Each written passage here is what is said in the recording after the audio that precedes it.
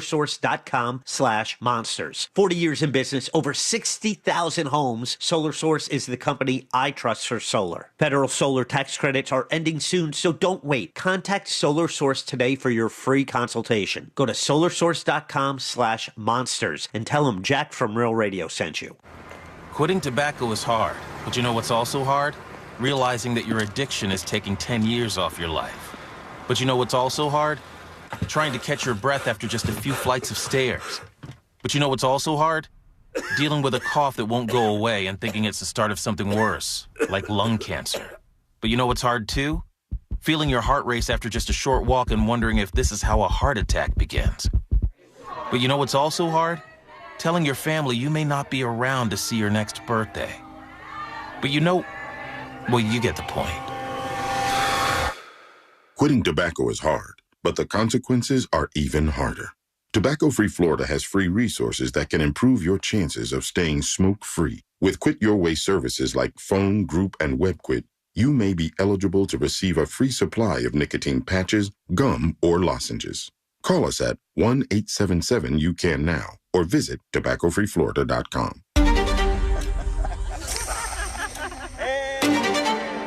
Stay high on life. Not on the road.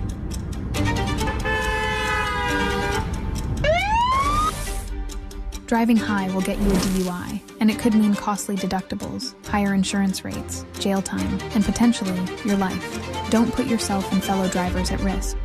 A message from the Florida Department of Transportation. You're great at protecting your data, but lots of places could still expose you to identity theft. If that happens, Lifelock gives you the U.S.-based restoration agent who will stick by your side from start to finish. Phone calls, filing documentation, preparing insurance claims. Your agent handles it all. In fact, they're so confident restoration is guaranteed or your money back. It's nice to have an expert like that on your side. Save up to 40% off your first year with promo code Beck at LifeLock.com. That's LifeLock.com. Terms apply. Let's go! You're still glowing, flirting, grooving. You still got it. But your immune system weakens as you age, making it harder to fight flu, pneumococcal pneumonia, RSV, and COVID-19. Vaccines are a key part of any health routine and help strengthen your immune response. Ask your doctor or pharmacist which vaccines you need. Schedule in minutes at vaxassist.com. Sponsored by Pfizer. Let's go! Picture this. You're on a date. The conversation's flowing, the food is amazing, and then bad breath happens. And suddenly you're leaning back instead of leaning in. Your confidence gone. Or maybe it's a big meeting. You've got the pitch nailed. The deal is perfect. Coffee breath is doing all the talking, not the impression you want to leave behind. Gum and mints, most are just bad breath Band-Aids and fade fast, which is why you need to try Zelman's Minty Mouth, the functional breath freshener you swallow. Zelman's tiny dual-action capsules are coated with a powerful, delicious mint filled with parsley seed oil, clinically tested to fight the toughest offenders like garlic, onions, and it even takes down coffee breath for fresh, confident breath anytime you need to get close. Zelman's is only available online. Go to Zelmans.com, Z-E-L-M-I-N-S, Zelmans.com. Use the code RADIO for 15% off your first order. Zelmans.com, code RADIO for 15% off. Need more animals, more gators, and more fun? Y'all need Gatorland. Real Radio is on Facebook at Real Radio 1041. Sponsored by the law offices of Anajar and Levine Accident Attorneys. Call the law offices of Anajar and Levine at 1-800-747-FREE. That's 1-800-747-3733. Live from the JustCallMo.com studios. Injured on the go? Just call Mo. From car accidents to personal injury cases, Mo has you covered. Visit JustCallMo.com or dial 1-800-CALL-MO. This is WTKS-FM HD1, Cocoa Beach, Orlando. An iHeart radio station. Make us the #1 preset on your car radio and on the free, new and improved iHeart Radio app. Listen for all your music, radio, and podcasts. Free never sounded so good. Someone's going to get offended.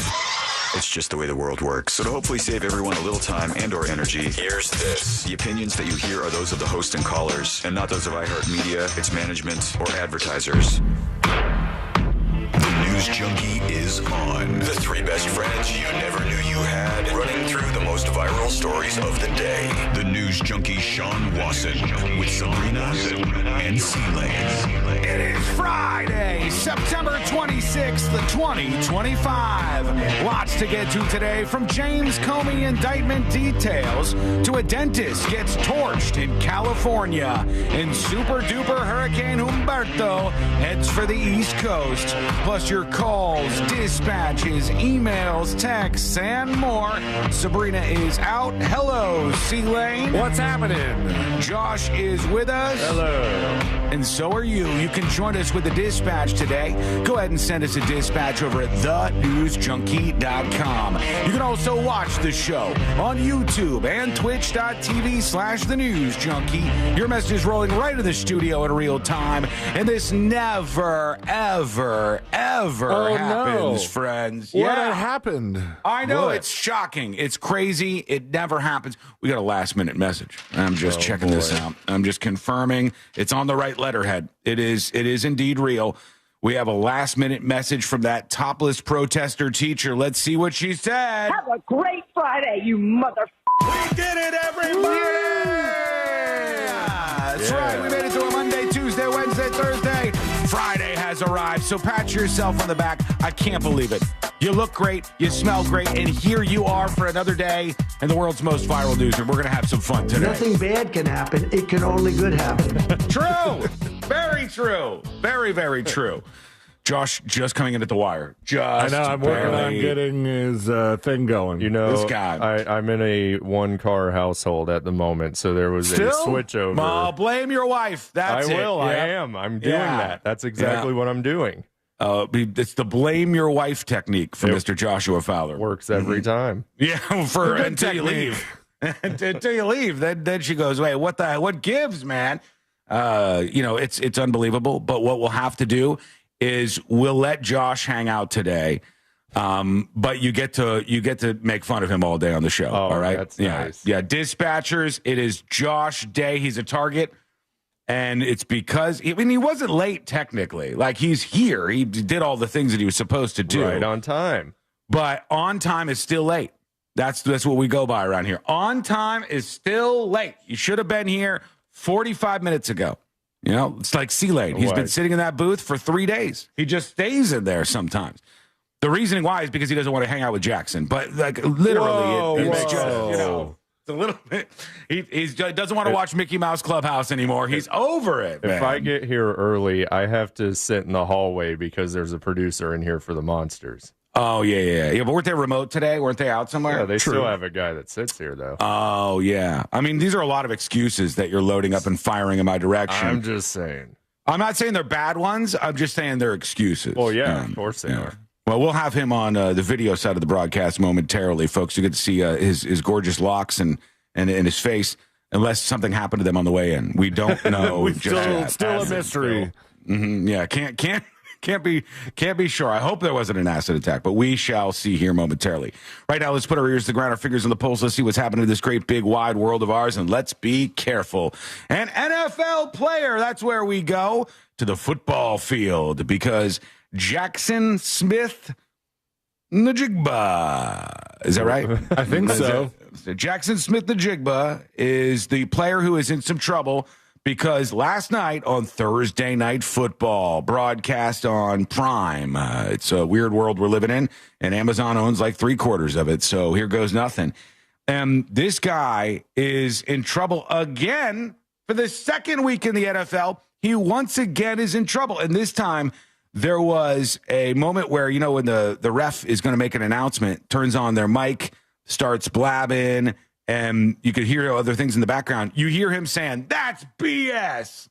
And he gets in trouble for it. I'll tell you what his fine was momentarily, but first, here it is. It was right in front of the ball carrier.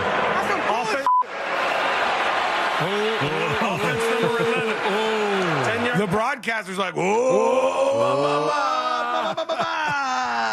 Like little kids in the lunchroom when somebody curses.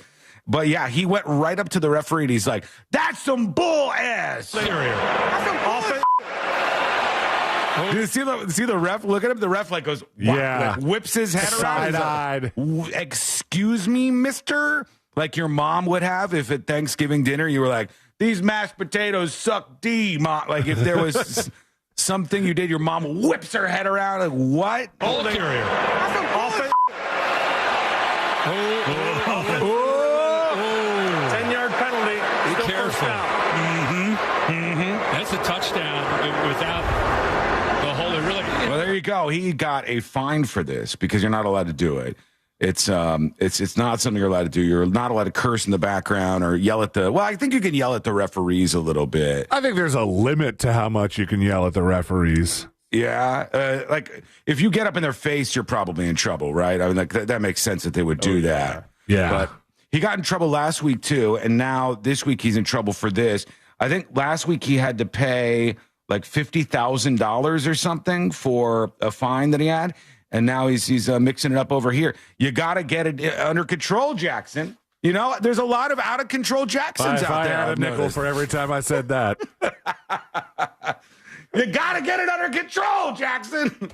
No. Actually, I like the idea of him doing very baby-like things and making baby-like mistakes, and then you just get it under control. Like it's a boot camp at your house for little babies. I do like that.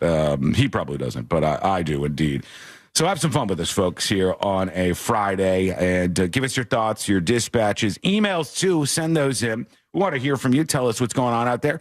What you love about the show, what you hate about Josh. That's also welcome, you know, on account of the lateness. But I see him. Oh, yeah. I see him in there. He looks ready to go. Did you get a lot of sleep last night, or how'd you do, Josh? I got sleep. Yeah. You got some sleep. Did you party last night? Yes. My God, big time. With my two greatest friends. Oh, so he stayed home with himself. You like with both your Nintendo controllers or something? Is that what you're getting at? An Xbox, but yeah, Xbox. Yeah. I actually, after Secret Shows last night, got home and was extremely productive. I mean, my God, I just forgot we did Secret Shows last night. I thought you didn't know what he meant by two friends? You idiot! I've been thrown off by the scheduling. We've been all over the place with our Secret Show scheduling for weeks and weeks and weeks, and I completely forgot. He's like, I was hanging out with my two friends, and I'm like, yeah.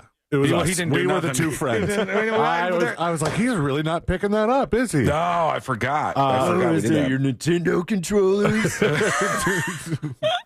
Ball 1 and ball 2. Well, made a mistake there, folks. Made a bit of a mistake. No, I got home after Secret Shows, and I cracked a White Claw and put out lights in my front yard. And you check the text thread. I just sent the picture to you. Oh, my God. I bought these smart landscaping lights. Before I look at this, I want to get something out there. Folks, unrelated to this discussion at all, how do you tell your friend when he's lost control?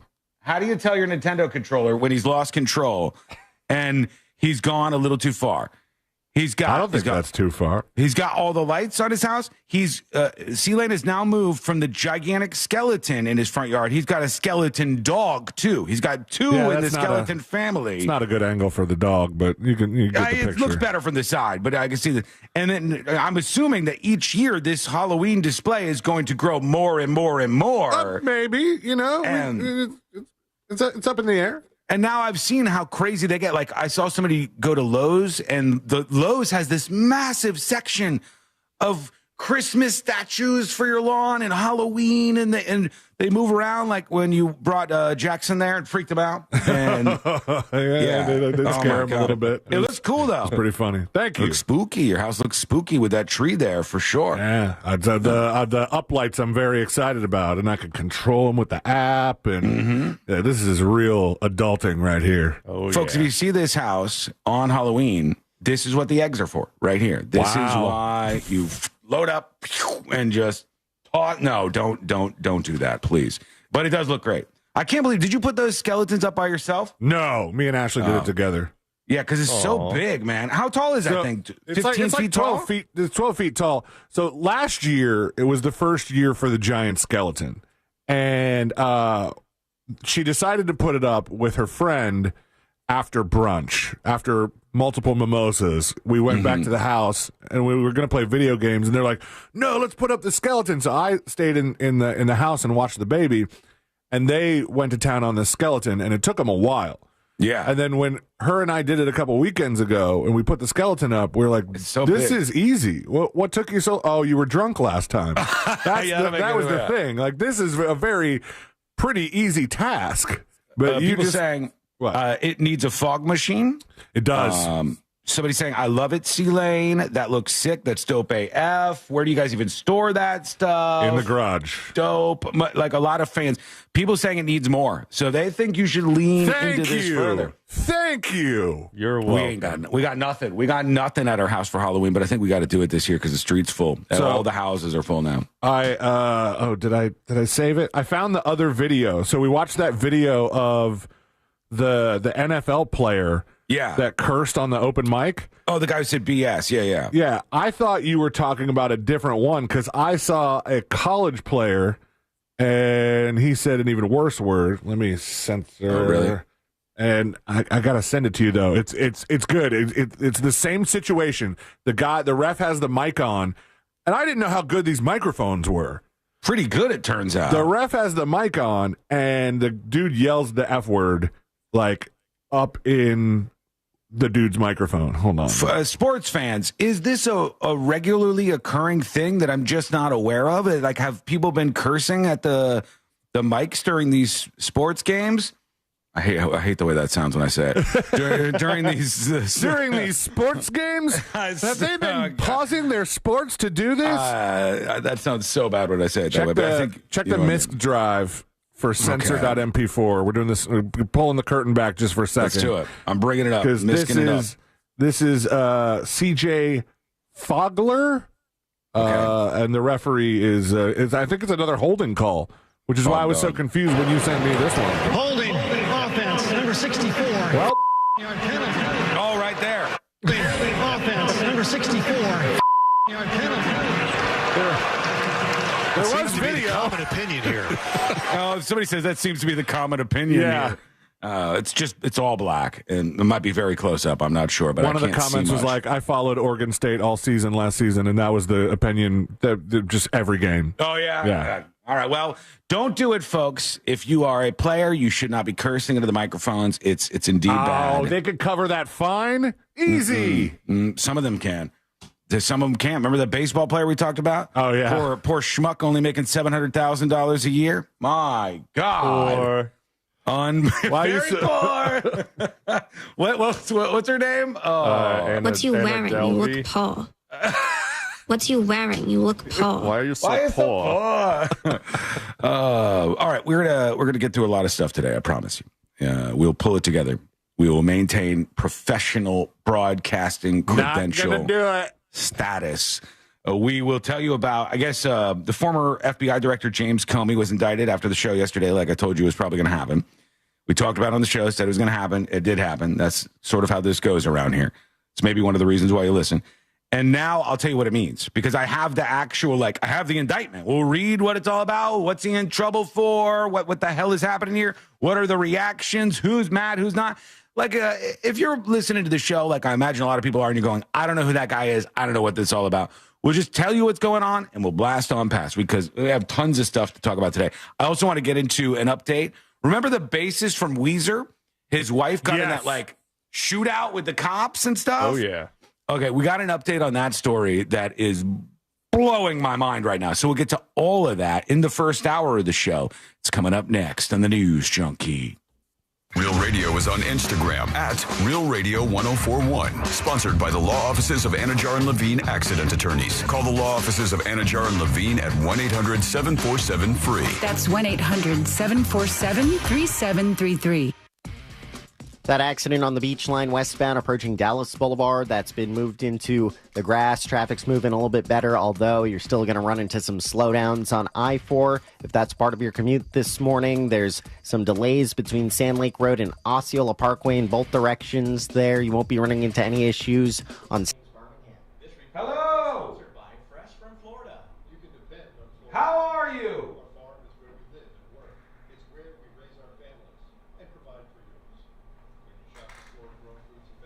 Folks, happy Friday. Cameraman, wake up and follow me, please. Do your job, for Christ's sake. How are we? Hee-haw, that's the weirdest first comment I've seen in a long time. I'm a hot little potato.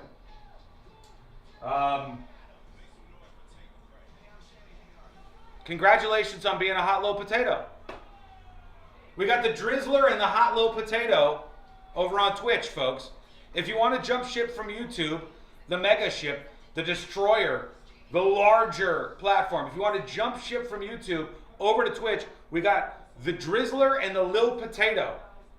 Two lovely ladies just ready to hang out with you and probably make fun of you, as they do to me every time I pop into Discord or something. Mixed messages. Bootsy Moonshine says, yeah, come on over. And then Booty Sweat says, Twitch is full. Twitch has all the weirdos. True.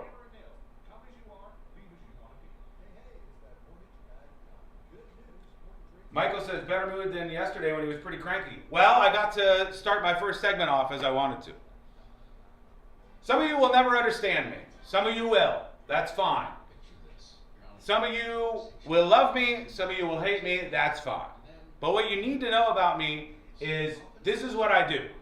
This is my thing. I put a lot into it. I work really hard on it. That's why the show is as successful as it is. And when I set something up and things don't go the way that I really want them to, then yes, that will bring a response out of me. That's not because I'm angry or because I can't control my emotions. It's because I'm fucking passionate. And guess what? You should be passionate too.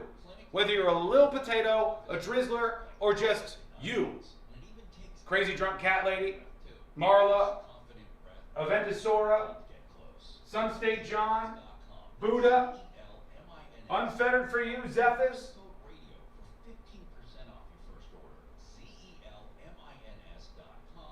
Sean-O-Matic mood temp gauge right at 82% pressure. That's good though, right? Is 100% yelling? 82% is like, okay, we're operating, performance levels good. If it gets up to 90, it's like the broiler or the generator and the silo. Being a parent is tougher than ever these days. That's why just in time for back to school, Safe Touch Security. Thank you, Aggravate. I appreciate that. All right, folks, let's take the temperature. We're not going to dwell on like mega political stuff too much, but we'll talk about what's going on. So, James Comey indictment. Good news or bad news? James Comey indictment. Good news or bad news? I have the indictment. We'll read it. We'll see what it's all about. We'll see what actually happened. We'll look at the response. We'll go over what the truth is in the situation and some of the reactions, and then we'll move on to the next thing. Bad news? Bad news bears. Witch hunt. Don't care. It's better than listening to commercials. The indictment is, or I don't know. Sometimes people are a little behind because people start the show and then pause. Political theater.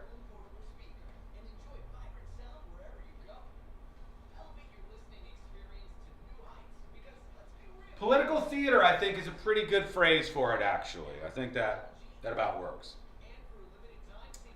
I thought it was James Coney, like Coney hot dogs. Or like Coney dogs? Coney Island.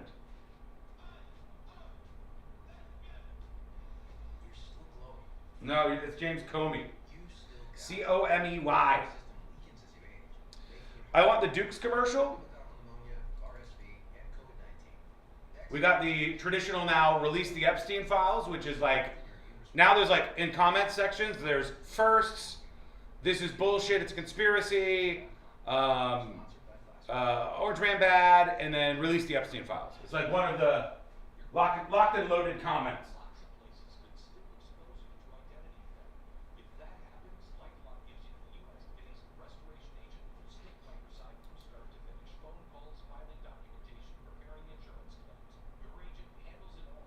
AD says it's just so much lower volume than the show. Well, it is unless I do this. If I do this, it will be a bit loud. It's lower volume because I'm in the room here. And I would get closer like this, but then, we got this light problem, and you guys didn't like that solution.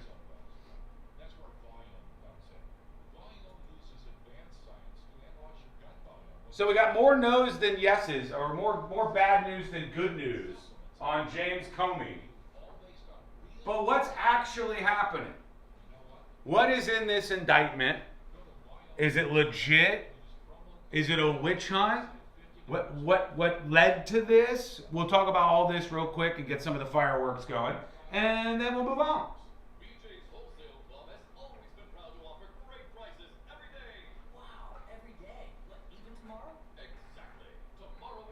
That was loud. Well, I thought either it's too loud or too quiet. Where am I supposed to find middle ground here? What am I supposed to do about this?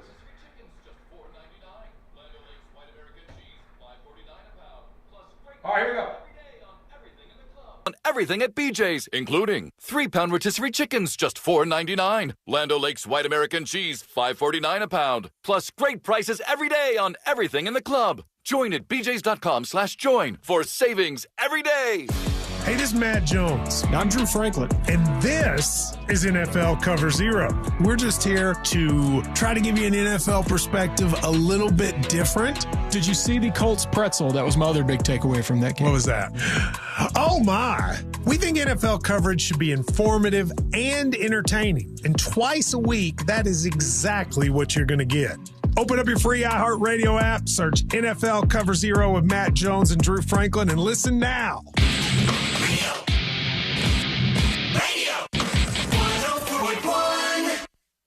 Three best friends diving into the deep end of internet culture.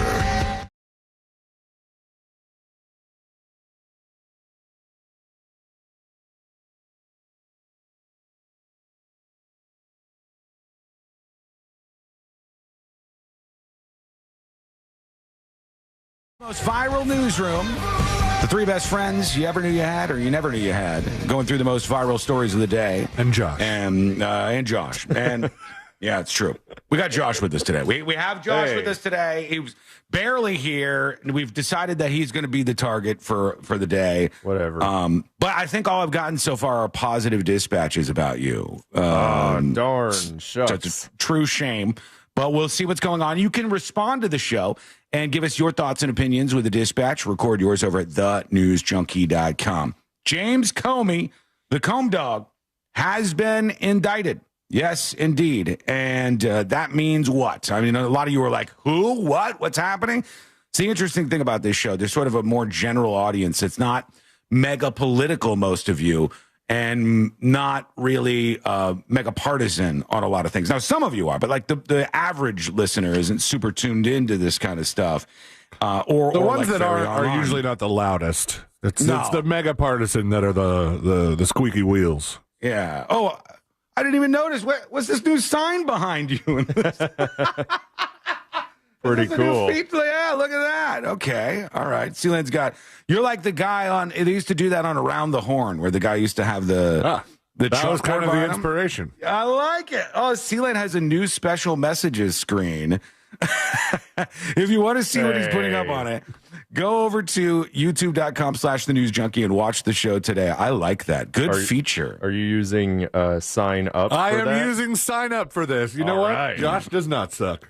Sealand, developer extraordinaire, has made his new company, his new software called Sign Up, and he's got that as a feature now in his studio.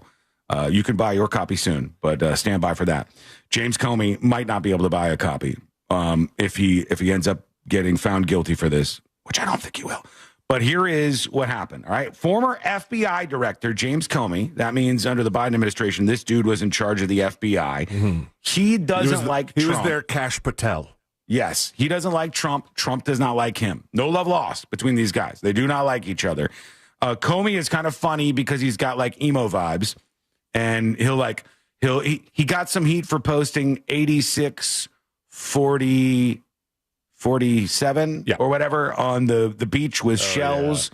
Yeah. And like a lot of the stuff he does is just very moody. And like emo-like. There's a emo quality to James Comey's posts online sometimes, but they don't like each other. So that's something you should know right off the jump. They're not friendly.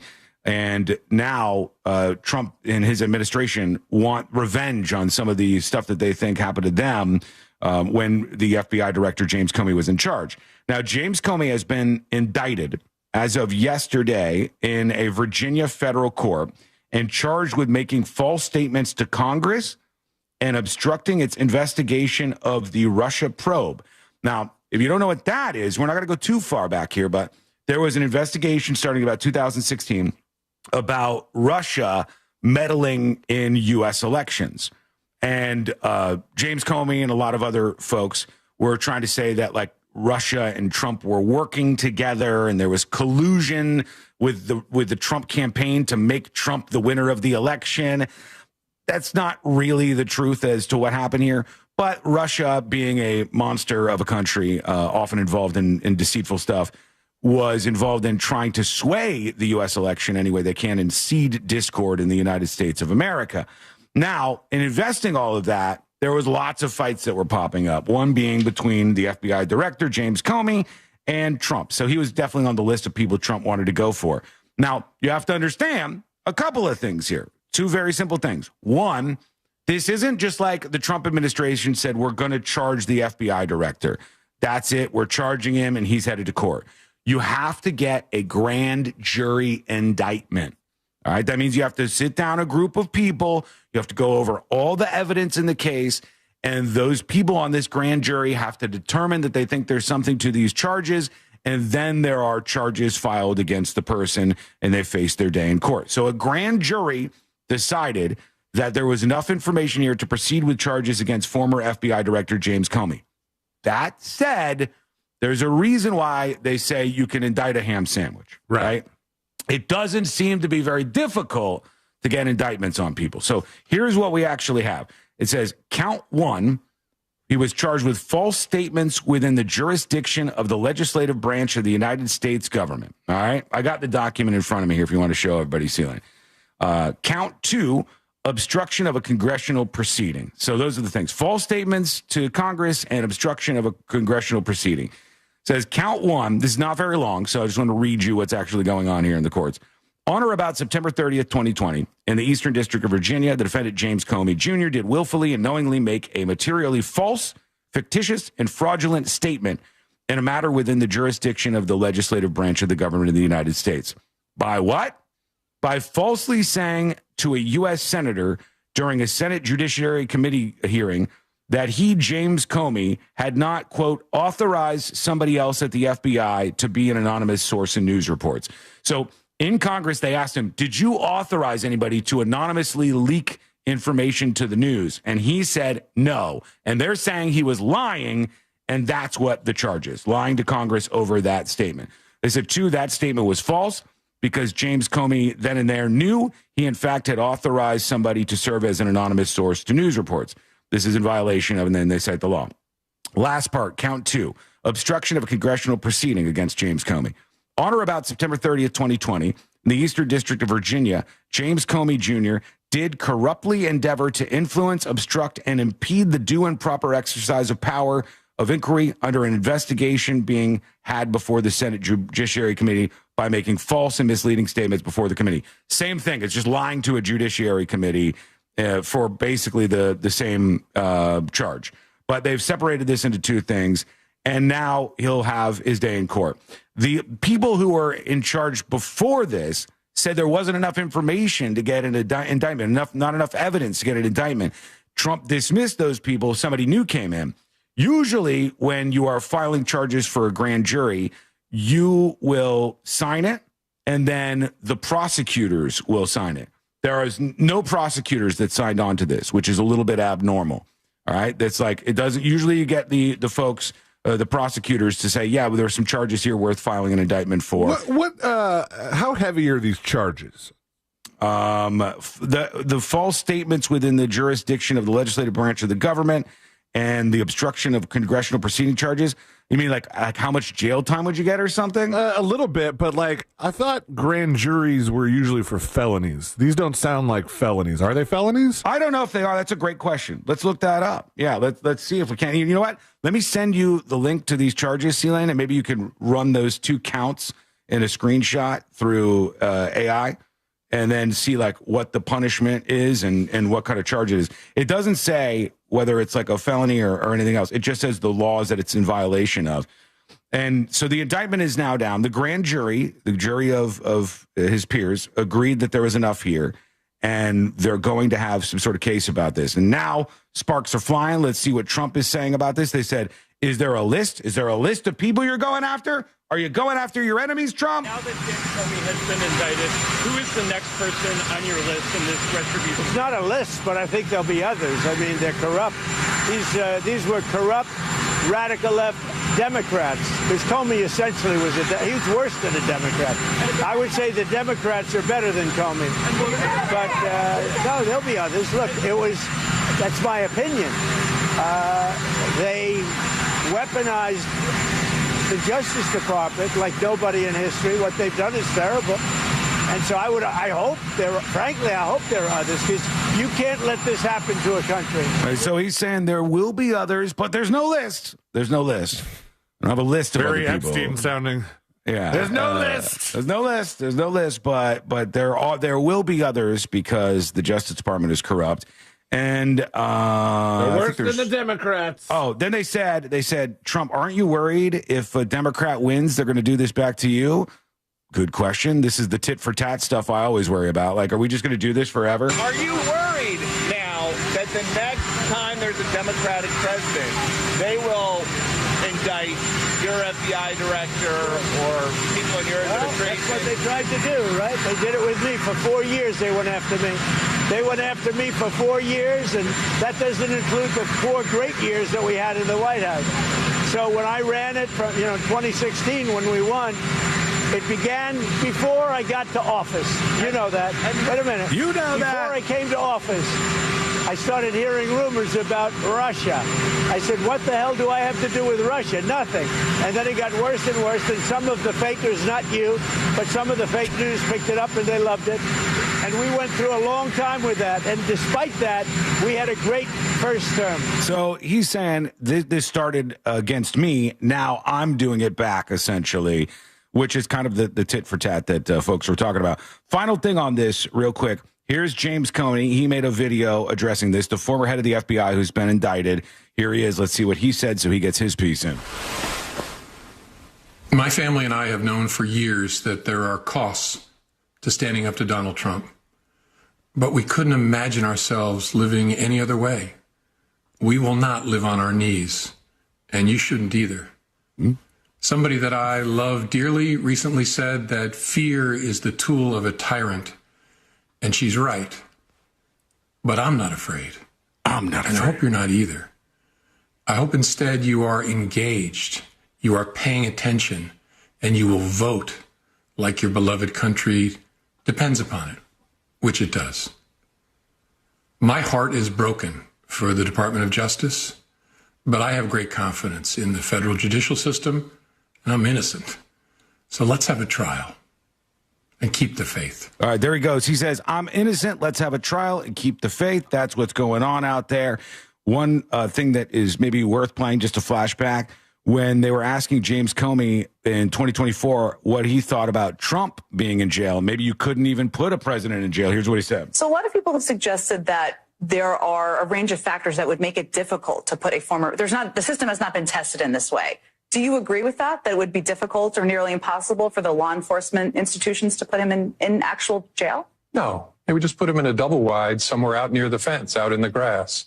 And he would eat there, he'd shower there, he'd exercise there, he'd be away, as Danya Perry said. Sounds like what you're going to do with the dog that won't stop barking. You put him in a double wide out by the fence. He'd eat there. It'd be great. It's going to be... James, what are you going to do when your aging mother-in-law requires round-the-clock care? We're going to put her in a double wide out by the fence. She'll eat there. She'll shower there. Look, really, this is just going to be absolutely beautiful. To put him in actual jail? No, they would just put him in a double wide somewhere out near the fence, out in the grass.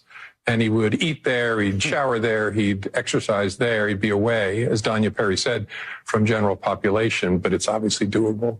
All right, there you go. So he said when asked about Trump going to jail, hey, we could do this, put him in a double wide out near the fence. Now he's facing these charges. What's going to happen? But probably nothing. This case will probably fall apart and not actually lead to any kind of conviction. But Trump wanted the charges. He wanted his revenge here on these guys who came after him. They are both felonies.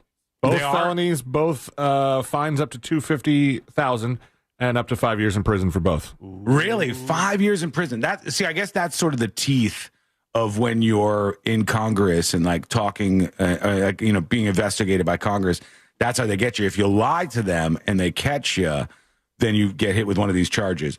But the prosecutor that was in place before this looked at all the information and evidence and said, we just don't have enough. We don't have enough. And that wasn't appreciated by Trump. And he put somebody else in there. And then very quickly we have this. Why do we have it right now, the charge against Comey? Because the statute of limitations was next week. So that's it. That's what we got going on.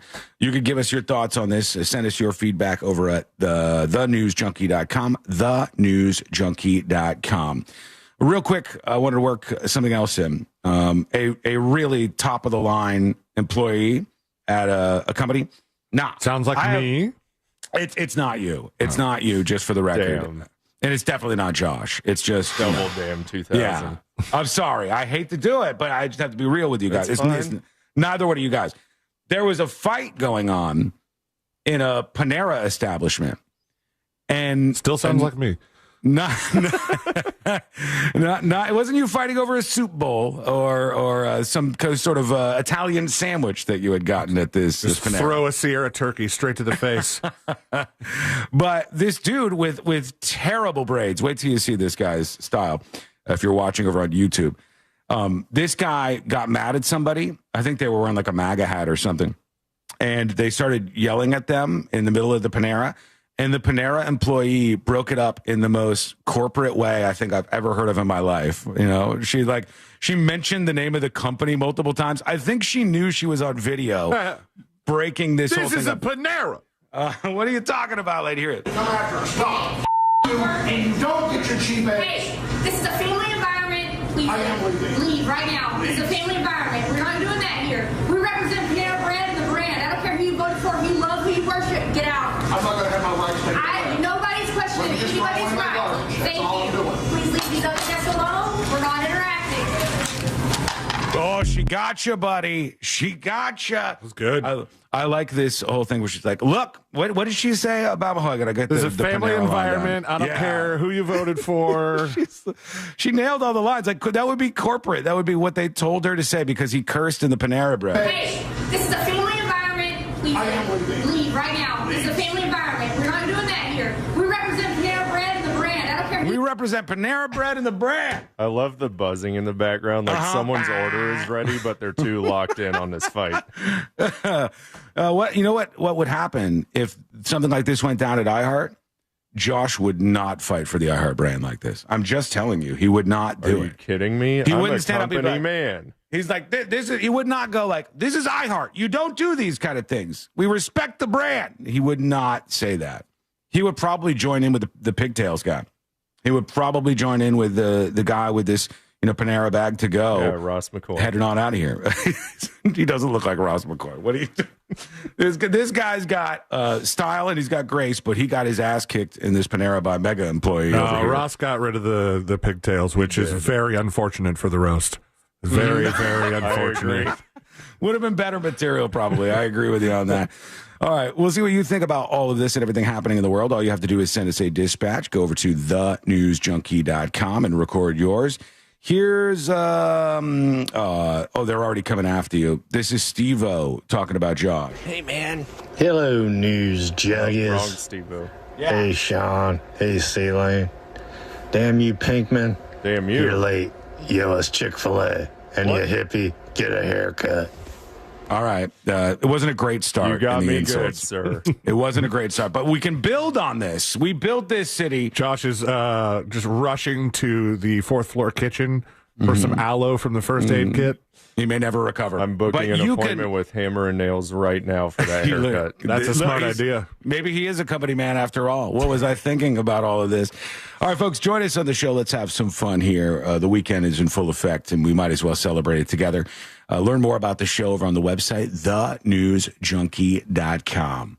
When we come back, we'll talk about the bassist from Weezer, the wife who got in the shootout with the cops. We have a huge update on that story, and is maybe the least expected thing that I could think of to come out of this woman, the bassist from Weezer's wife, in a gunfight with the police. What happened? That's coming up next on the News Junkie.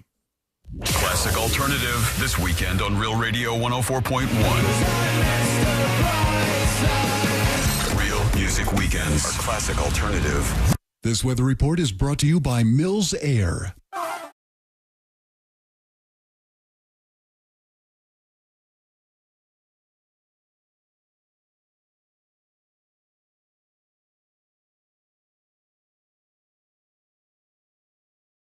Who see the rain can expect some heavy downpours along with frequent lightning and maybe even some pockets of gusty winds. Temperatures will remain above normal, a high of 92 degrees today in Orlando. As we head into the weekend, we will be expecting some gusty coastal showers and storms before drier conditions next week. From the Fox 35 Storm Team, I'm meteorologist Jessica Dobson. This report is sponsored by Everdoor Garage Door. Power outage? You're still rolling with Everdoor. Get $75 off a battery backup opener today. Don't let the dark shut you out. Everdoor keeps you moving. Visit everdoor.com, the garage door that lasts evermore. Folks, I have to tell you about a really great company that I'm proud to represent on this show. This is a company that's going to do right by you and is going to treat your money the same way you would and make sure you're not wasting it. This is Mills Air, a company that helps you fix your air conditioning when it breaks. If things just aren't working the way they used to, if you put your hand in front of the vent and it's blowing out a little warmer than you want it to, if your AC is just real old and you're kind of worried that something bad's going to happen soon, you reach out to Mills Air. Their techs are amazing, and they are going to help you out and be absolutely fair. So if you want what you deserve, the best of the best, locally owned and operated, family owned and operated, you call this number for Mills Air, 407-277-1159. Or you can find them online at millsair.com. Overheard at the Hard Rock Bet Party. No, you see, you get $150 in bonus bets after your first $5 bet hits. Did somebody say hit? Whoa, Ray Lewis? We were just saying if your bet hits. Huh. You know I love a good form tackle. We know, Ray. We know. Hard Rock Bet Sportsbook. Roll with us. New players bet $5, get $150 in bonus bets if you win. Payable in bonus bets, not a cash offer. Offered by the Seminole Tribe of Florida. Must be 21 and up and physically present in Florida to wager. Terms and conditions apply. Concerned about gambling? Please call 1-888-ADMIT-IT. Riding a Harley-Davidson motorcycle for the first time is something that's hard to describe. Whether it's the first ride that day or the first ride ever, you and your ride have become one. So head to Space Coast Harley-Davidson to find your first bike or your next during the motorized event. Hello. Welcome, everybody. This is Skull Mike. Skull Mike activated. It's a behind-the-scenes look at the show. It's where we chit-chat and battle it out during the commercial breaks on the program. This radio show, this direct-to-you live stream. This delayed by like 8 or 12 seconds or something. This real-time via the internet as close as we can get.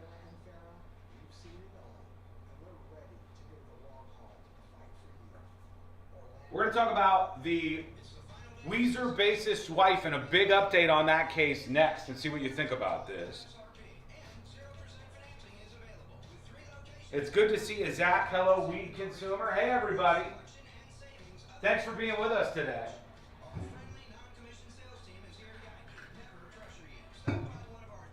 My take on the Comey charges is Trump just got what he wanted out of it right now. This was it.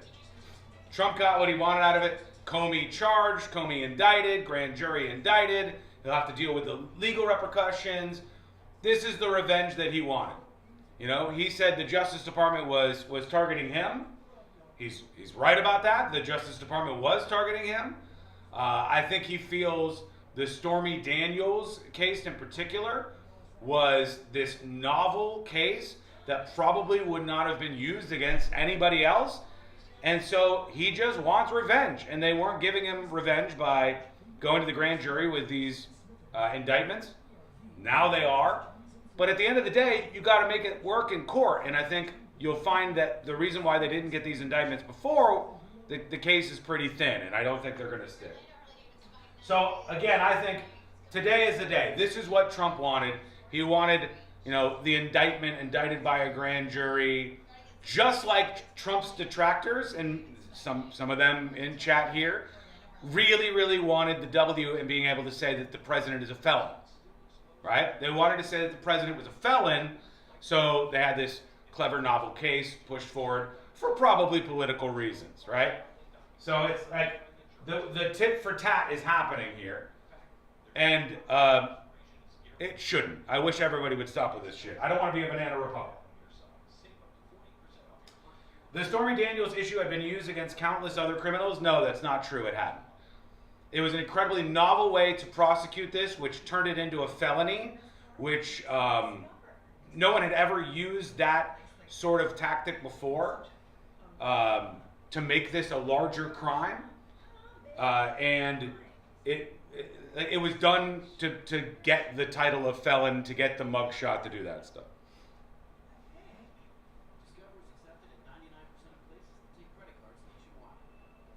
Always with the Trump defenses, LOL. Tell me where I'm wrong. Tell me where I'm wrong. That's the truth about the Stormy Daniels case. It was brought forward by a prosecutor who said he was elected on the basis of, I'm gonna get Trump. I'm gonna indict Trump.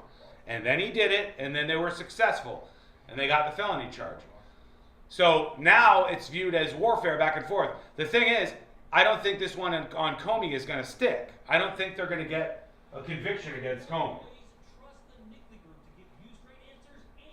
And Trump might just blame it on corrupt judges or something. But really, I think today was the day. I think this is what Trump wanted. He wanted to be bombastic and be like, finally they're going after him. He wanted to encourage more people to get indicted like this. That's the stuff he wants. It's all personal, petty stuff.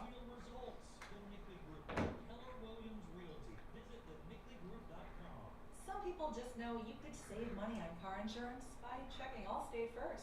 All right, we're coming back, folks. Saving a carload of cash. Realty. Visit thenicklygroup.com. Some people just know you could save money on car insurance by checking Allstate first. Those people are probably saving a carload of cash right now. So what are you waiting for? Check Allstate first for a quote today.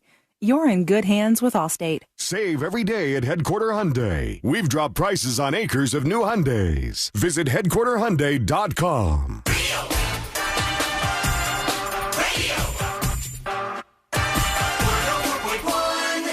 Hear it here first. Then everyone else will catch up in a week or 2 or 4. You're listening to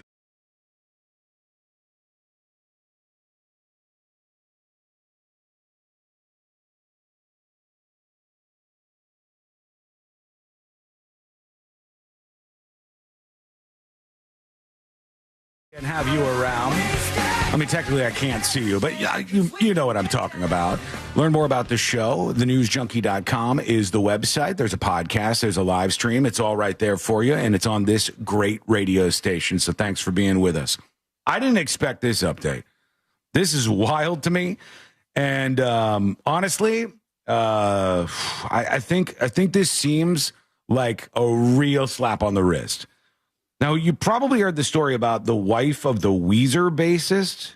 You know Weezer, Beverly Hills, Undone, the sweater song. Terrible cover of Africa. Sealine hates that song. They also had Hash Pipe. That's right, Josh. A lot of Perfect big Situation songs. is a banger. They're a good band. I think they're a good, catchy band. I don't know if people hate on Weezer, but I like them. But the bassist from Weezer, and everybody knows the bass is the most useless member of the band, right? They just go boom, boom, boom, boom, boom, boom, boom, boom. They don't do too much. No, I'm kidding, bassists. I mean, anybody can play the bass, but I kid because Scott Real Schreiner, roller coaster for our bass playing friends here. Bass is fun, but the wife of bassist Scott Schreiner has been given a slap on the wrist. Now, first, I'll tell you what she did if you're not initiated here. The wife of the Weezer bassist, Jillian Schreiner, 52, she went outside when there was a police chase going on at her neighborhood in Hollywood. The police chase was going after this car. They abandoned the car and they started running through this neighborhood in the Hollywood Hills. The wild thing is they didn't catch anybody that was in the police chase, but in the middle of it, Jillian Schreiner comes out in her backyard and she's either pilled out or tripping balls or something. And she's got her gun out and the police are like, put your gun down, ma'am. And she's like, what? And she just starts blasting. And then the cops shoot her. The cops shoot her and they hit her in the arm. And she got into a shootout with the police. Then she went back in her house. And then finally they coaxed her out of there and got her to surrender. And she won't serve a day in jail. Which, I mean, I don't know. I'm gonna go ahead and say if you open fire on the police because you're in a drugged out haze in your yard, I don't care if you're a celebrity in Hollywood or not. You should probably serve some jail time for that. Maybe you could say the punishment was she got blasted and she ended up getting shot. But I mean, I don't know, folks. This seems like a different level of the justice system to me here. Mm-hmm. Like if I was a poor person, I was absolutely, I was just completely poor. Why are you poor? If I was poor. What's you wearing? You look poor. If I looked poor and I didn't have any money for an attorney and I got into a shootout with the police, what are the chances that poor man is not going to jail for a single day? I mean, come on, right? Like, let's just be real about this. Over on NBC in Los Angeles, they were talking about the Weezer bassist's wife and what has now happened to wrap up this case. Wife of the bassist for the rock band Weezer will not do any jail time after allegedly shooting at LAPD officers. Instead, she will enter a mental health diversion program. Our investigative reporter Eric Leonard has been following this case. He joins us live now with that update. Michael and Colleen, well, this is a mental health diversion that was requested by Jill Schreiner's defense lawyers and today okayed by the court. She has to be drug tested. She's got to have like some mental health stuff going on. Very different outcome from another guy who shot at some cops, Christopher Dorner. In his case, they just lit the whole house he was in on fire, or it caught on fire somehow and burned it to the ground as they were watching around. But she gets a diversion plan and will get this scrubbed off her record. She got into a shootout with the cops and it won't even be on her record. It probably means she will avoid all criminal consequences stemming from this confrontation she had with LAPD and CHP officers in her backyard in Eagle Rock earlier this year. Jill Schreiner at center, seen at a previous court appearance, is being allowed to get mental health treatment rather than face felony charges in court. The judge found that Schreiner, who's married to Weezer bassist Scott Schreiner, is eligible and suitable for diversion, in large part because she's a first-time offender. Okay, it's the first time you shot at the cops, ma'am. There is no history criminally with you and the state of California, so we're good. Mulligan. I'm just saying, if this was like some poor dude in the ghetto and he started blasting at the cops, 0% chance. And mind you, if this was the wife of the bassist of Crazy Town, straight to jail. Done for, right? Yeah, that ain't saving you. It ain't happening. All right, like, for real, think about this. If this is some poor kid in the ghetto and he shoots it out with the police and they come back and go, we're going to do a pretrial diversion. All you people who have been rightfully, I think, screaming about a lack of prosecution for criminals in California would be like, here's another example. This guy gets into a shootout with the police and he doesn't even spend a day in jail. You would be right. You would be right in this case. What I'm telling you is that I don't care if your husband slapped a bass for a rock band or not. I think that you should, if you get into a shootout with the police because you're on drugs with a gun, I think that you should go to jail for a little while.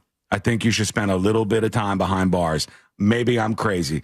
Maybe you agree. Let us know. Send a dispatch over on the website, thenewsjunkie.com. Let's see what else they say here. He was ordered today to stay away from drugs and alcohol, have random drug tests, go to therapy, and not possess any guns or knives. Schreiner was charged with assault with a firearm and willful discharge of a firearm after this April 8th incident in the backyard of her home in Eagle Rock, recorded on both security and police body-worn video. Officers were searching yard to yard for people who fled from a hit-and-run crash on the 134 freeway when Schreiner walked into her yard armed with a 9mm handgun. And blasted. Put it down! Put it down! Put it down on the ground! Uniformed officers repeatedly ordered her to drop the gun. The LAPD says she refused and fired a shot at police before they returned fire.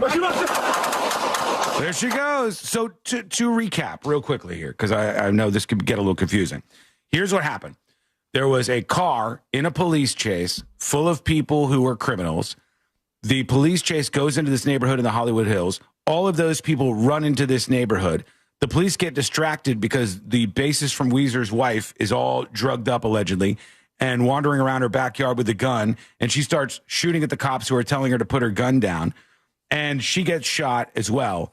And no one, I mean, no one spent any time behind bars. Not the people in the police chase, not the bassist's wife. No, not a single person. Did she even spend a day behind bars? Initially arrested? Like, I know she's not being sentenced with any jail time, but has she even set foot in a cell? They cuffed her on the streets, like face down on the streets after they shot her, but then they brought her to the hospital, and then I think they just posted bond, and there you go. Nobody charged, nobody serves any jail time for that incident that happened in the beginning of the year in 2025. What do you think? Fair or not fair? Let us know your thoughts. Go over to thenewsjunkie.com. All right, quick break. When we come back, we'll get into that. We got to talk about this hurricane because they're saying like next week, this hurricane could be a mega super cane and could be impacting the East Coast of the United States of America.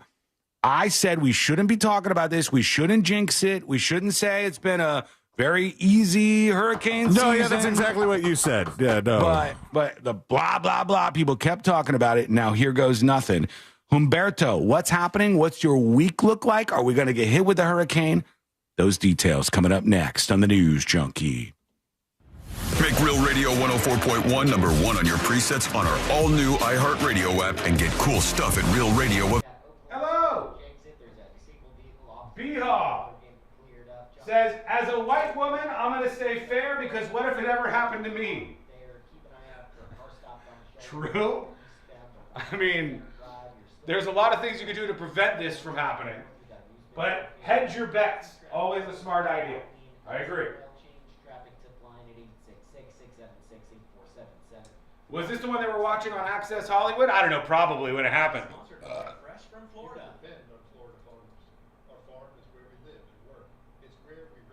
Time for some of that sweet 24/7 Real Radio hurricane coverage? Hopefully not. Pray to the spaghetti monster, Allah, Jesus, Mormon God, all of them. You might be in for some time without power. Your neighbors that have the solar on their roofs, not so much them. They're going to have their lights on, their fridge will be cold, their AC will be blowing. Don't find yourself in the dark after the day. Wish I could have made it to Puddle Jumpers. What's Puddle Jumpers? And let them help Sounds you nice. Have you make the switch to solar so you got that battery backup and you have that lower. Twitch added pause and rewind. Is that true, Twitch? Big if true. Electricity backup, your home will keep running, and it's a great thing to do. So you should do that. Call them up For those reasons, YouTube is so much better. Like the VOD style of YouTube, when the stream is over, you know, more people watch the stream after the show is over by a multiple of like 4 or something than watch it live. And on Twitch, there's a VOD, but like the experience is just nowhere near as good. The monsters were there? Oh, that's cool.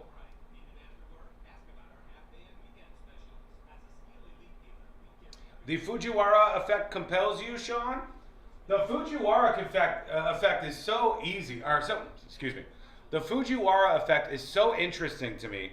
The idea that like the force of these two storms pulls it together into one storm. There's a couple different scenarios that could play out here, but I don't know, the tracks are getting awfully close to the East Coast. I don't like it, so that's why we're going to talk about it next. No rewind on desktop here. Oh, sorry for your luck. Maybe on the app first. Mormon God is still Jesus? Well, you know. Sure. Sure.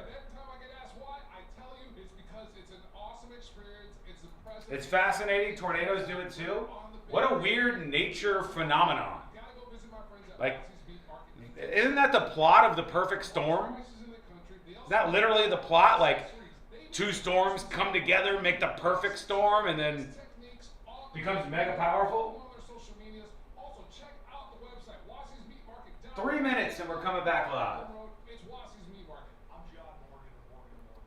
Folks, Josh's behavior has been unbelievable so far, Mr. Fowler's behavior. I mean, he's doing a good job, but technically his camera wasn't on time, and he cut it a little close. A lot close. Some breaking news just coming in. You may have seen a video of an ICE officer who pushed a woman to the ground at an immigration courthouse in New York. This is a video that's been going viral on a couple platforms. A woman, she freaks out as her husband is being deported at an immigration office. They have a lot of these freakouts that have been happening. They got to kind of get some order in these buildings. But this woman freaks out in New York as her husband's being deported, and an ICE officer picked her up and like smashed her down. The ICE officer has been relieved of his current duties.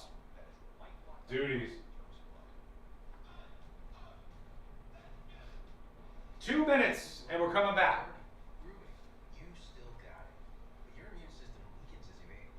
Maybe if you gave him a compliment once in a while. Why does everybody do this to me? Why on earth does everybody do this to me? Did you not hear me say he looks good and his hair is fantastic? And I forgot what adjective I used, but right off the jump, I gave him multiple compliments in a sea of insults. But there were some compliments in there.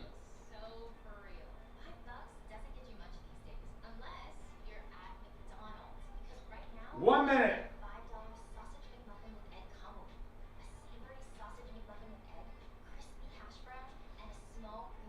Trader Friday, y'all have a good one?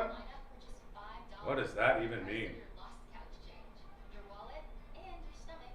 The old turd sandwich? Sure. Compliment sandwich. I call it a compliment sandwich. Branding is much better. By the way, we finished the Charlie Sheen two-parter documentary last night. It was decent. It wasn't the greatest, but it was like, it really made him look much better, I think, in my eyes.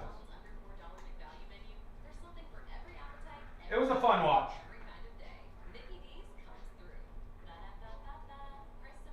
Okay, folks, we're coming back. McValue menu. There's something for every appetite, every vibe, and every kind of day. Mickey D's comes through. Ba-da-ba-ba-ba. Prices and participation may vary. Cannot be combined with any other offer or combo meal. Look to Orange Buick GMC for your next truck at orangebuickgmc.com. We are professional grade. Portions of the following program were pre-recorded.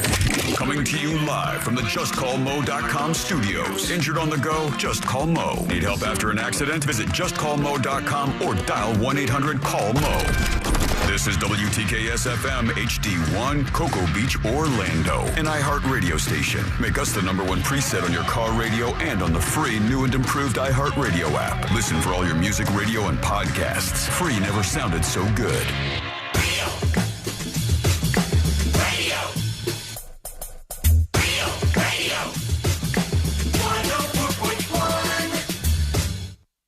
On a constant quest to stay calm, like that bear in the hammock. This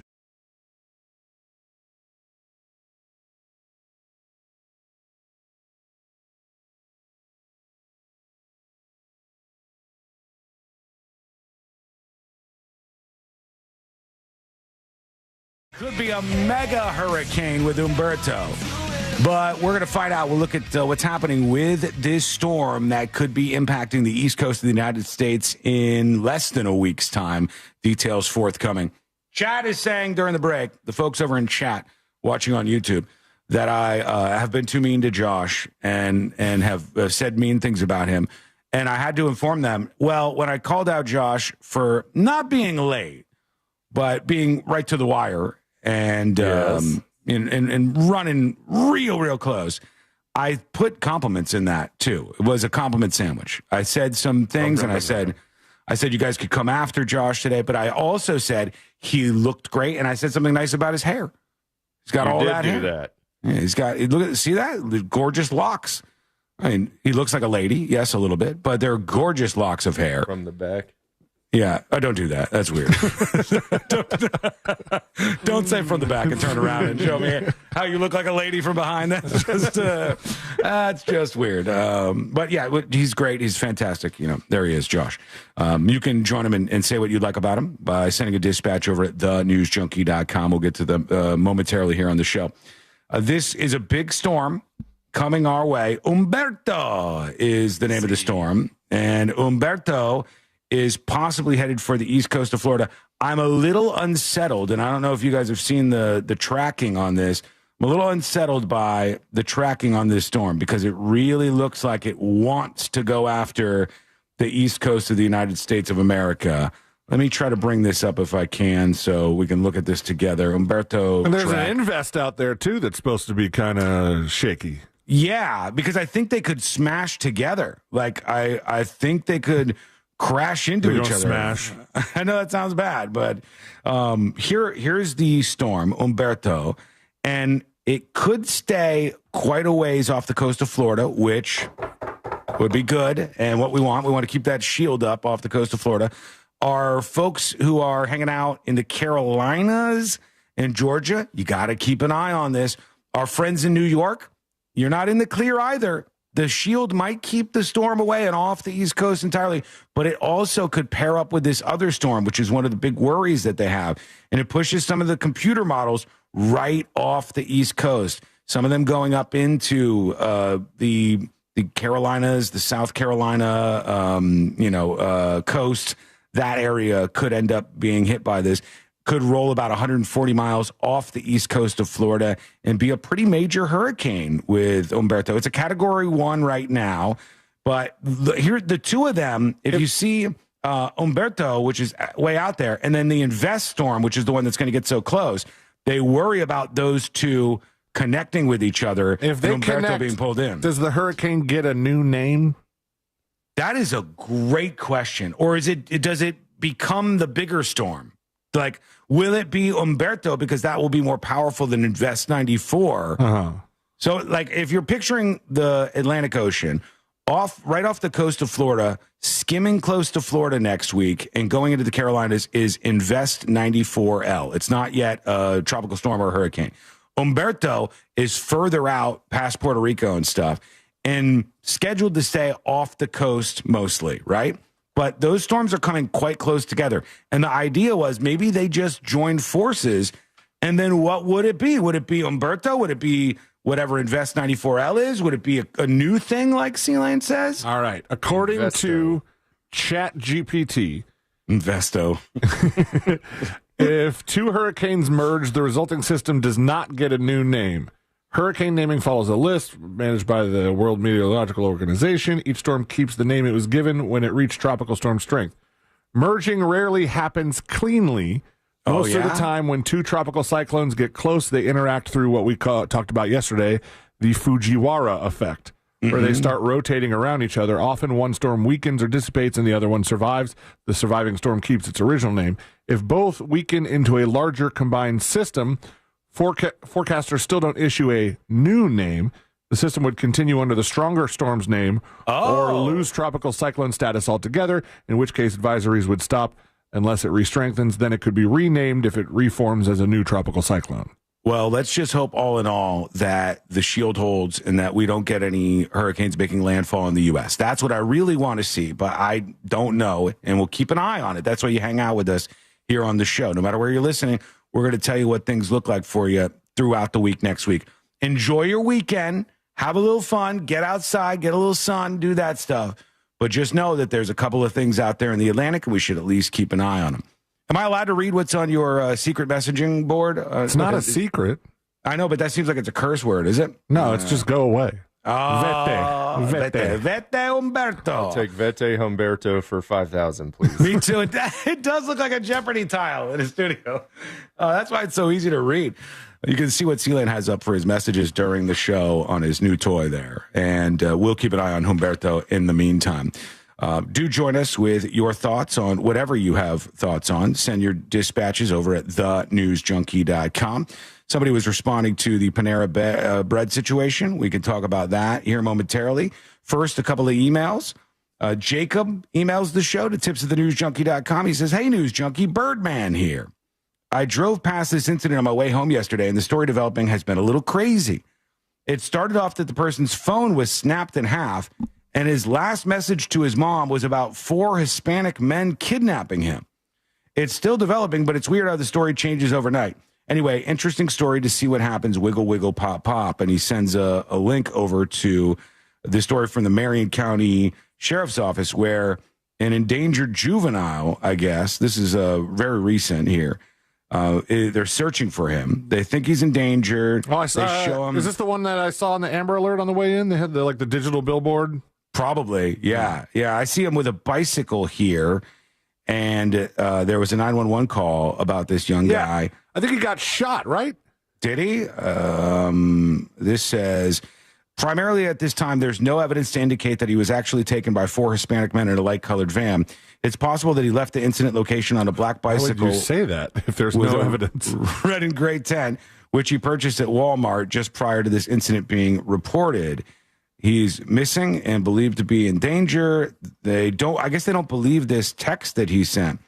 But I don't see anything about him being shot just yet. But an interesting I story. heard on the news this morning that he was. Let me check Fox. Yeah, you might be right. You want to? His name is Caden, Caden, Spite, Speight, Spate, maybe. And he's Spite. Yeah, he's missing in the area. Thank you for the email about that. Appreciate it. We'll keep an eye on it. It says he's believed to be the victim of a shooting that happened Thursday around 4 p.m. Okay. All right. And he got shot, and then he went away and texted his family. I guess. Said he got kidnapped. Yeah, there's something fishy going on here. Something a little strange going on with this story. But we'll keep an eye on it, as with everything else. Mike emails the show, talks about the sentencing for the Weezer bassist's wife, and says, "This is another example of how there's 2 justice systems in our country. One for the wealthy and famous, and one for the rest of us. Good call, Sean." It just seems crazy to me. I mean, a woman got into a drug-fueled, shootout with the police, and they're like, "Well, you don't have a record, so we've got a diversion process for you, and you won't even have this on your record to begin with. We won't have a record because of this. You got into a shootout with the cops, and you spend 0 hours in jail because of it. That's wild and wouldn't happen if the person was poor, I don't think. I just don't believe it. But thank you for that. And then one dispatch here. Here's Chris, Cajun Chris, who's talking about the Panera Bread lady. If you missed that, this woman was at Panera Bread. She worked there. And a man started to yell at a customer over, I guess, a MAGA hat or something. And then she stepped in with the most corporate response ever. She was like, Panera Bread does not allow that kind of language. We represent Panera and the brand. And the brand. We represent Panera and the brand, and we won't do that here. And she yelled at the guy, and he left like a little bitch afterwards. Cajun Chris says this. Hey, this is Cajun Chris. I'm a relatively new listener, but I was listening to them think about the Panera Bread lady, and I was trying to think about a situation in my job. I work in hospice. Can you imagine other jobs where we have to walk in and use language like that? Could you imagine me walking into a house? It's cutting out, sorry. For one of my families and saying, "Listen, I represent hospice and the brand." Yeah. Sit down. Yeah, you might not want to do that. Hospice, you should give them a little more leeway. Let them get away with stuff. Yeah, right? you should be able to curse. Yeah. I mean, my sister, when she was in hospice, I would talk to her a lot, and she would tell me some of the things she was doing. I'd be like, "Are you allowed to do that?" And she's like, "Nobody really tells me." I'm dying. Nobody really tells me what to do. Fair enough. True story. She decided she was uncomfortable and decided she was going to stop wearing pants in the hospice. Okay. And they told her for a while, they were like, "Look, we're going to need you to wear your pants." And she's like, "I'm not comfortable sitting on this bed with these pants on. I don't want to wear the pants." And they were like, "What are they going to do? Are they going to throw you in jail? What are they going to?" At hospice, you could go hog wild, baby. You could Porky Pig it. They'll let you get away with something like that over there. So thank you, Cajun Chris. Appreciate the dispatch from you. Okay, let's see what we got here. I wanted to talk about something else happening in courtrooms, but Sea-Lane has a child who's almost 2 years old. His name is Jackson. Mm-hmm. And I wonder about Jackson when he gets older and what the world is going to look like and how long he's going to try to stay at home with Sea-Lane. Because this affects me too. It does. Yeah. Sea-Lane used to party more and used to go out later, but now I got a kid and I gotta be a father. We gotta work around a baby schedule half the time now. Yeah. Unbelievable. Trying to be a good dad in America here. But it says from USA Today, parents will do anything for their kids, but that could be coming at a huge cost to themselves. More than a third, 36%, of these parents that they asked about this worry that supporting their adult children may derail their retirement plan. Yet they continue to lend their kids a hand. More than 6 out of 10, 63% of parents, pay ongoing expenses like living costs and phone bills for their adult children.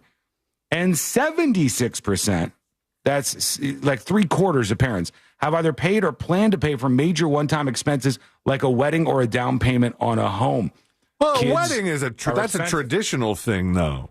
That's true. Is wedding usually the bride's? Yeah.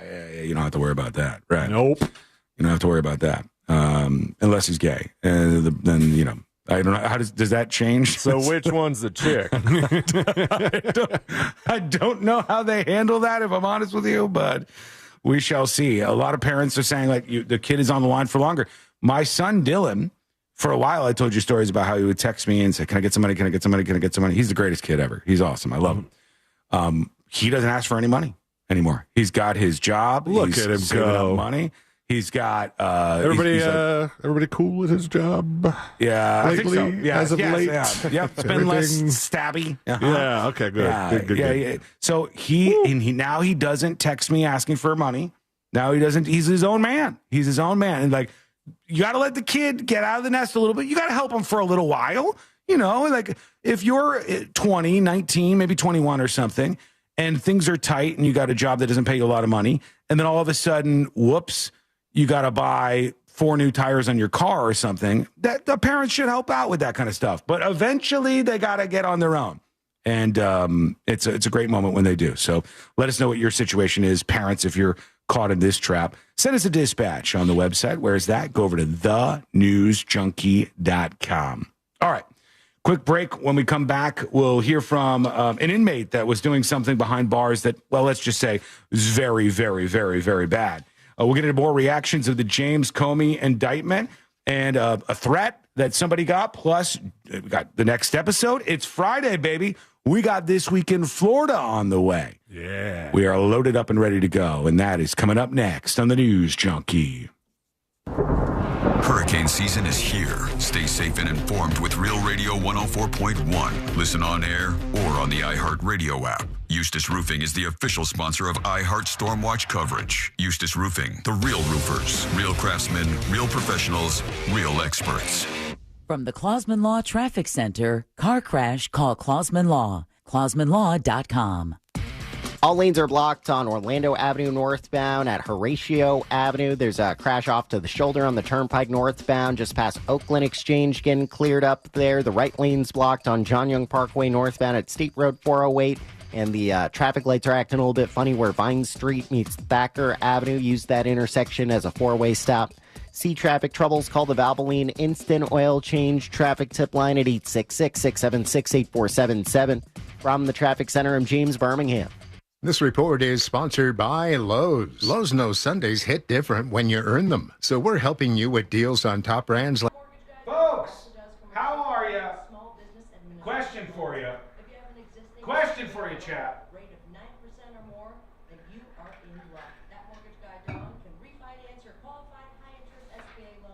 Chad, I have a question for you. Now, of you folks in chat who are willing to say this, how many of you would consider yourselves an independent? Okay? The real majority in the United States of America, NPA, independent, whatever. How many of you would consider yourselves politically independent? As in, you don't consider yourself a Democrat, you don't consider yourself a Republican. You consider yourself independent. Sure, me, an independent woman like Kelly Clarkson, sort of. NPA, yes. I want to dive deeper into this. There's a reason for this. But do you consider yourself independent? Most definitely, I'm independent. NPA here, registered independent right here. So they have decided that there are 5 types of independent voters, believe it or not. 5 types. Okay? They have the disappointed middle, upbeat outsiders, the checked out. I wonder how many of you fit in that category. The checked out. I think you know what that means. I don't have to describe it, right? Then they have Democratic lookalikes and Republican lookalikes. And I wonder if you're an independent, which category you fit in. Democratic lookalike, Republican lookalike, disappointed middle, upbeat outsiders, or the checked out. The checked out. That Elder of Rock says, I'm an independent, but I tend to vote more to the left. So you're probably a Democratic lookalike, right? Like, you probably sort of fit in like a Democrat, but you consider yourself independent. You tend to vote with them. Democratic lookalike, Republican lookalikes, disappointed middle, upbeat outsiders, and the checked out. God bless the checked out.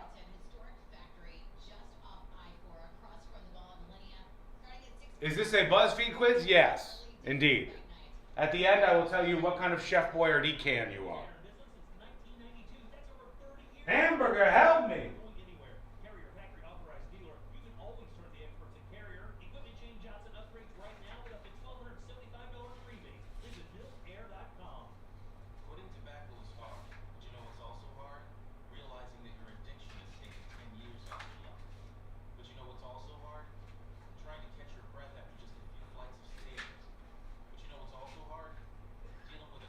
Come on! Hang on, folks. Hold tight. Disappointed middlers showing up in chat. I see you.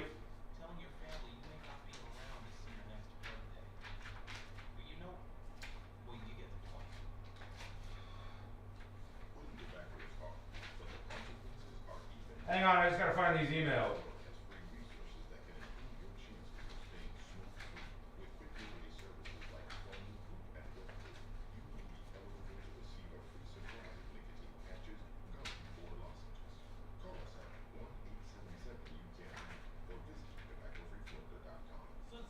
How does this happen?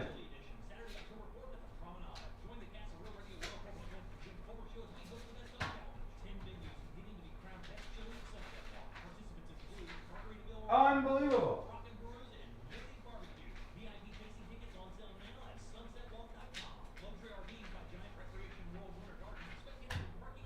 Did I leave these in my office?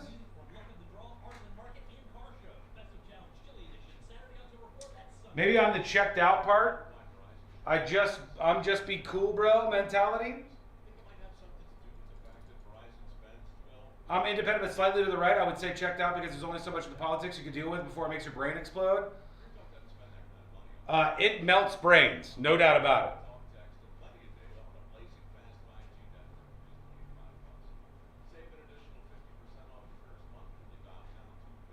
Two minutes.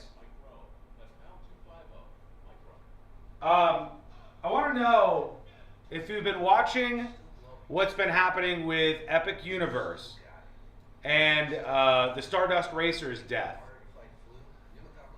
People are turning around on this. People are turning on this lawsuit from the man in the wheelchair. And now there's another woman who's come forward and she's also suing. She's saying that she too went on the ride and that she also has been hurt. Starting to look like a bit of a money grab, if I'm real with you.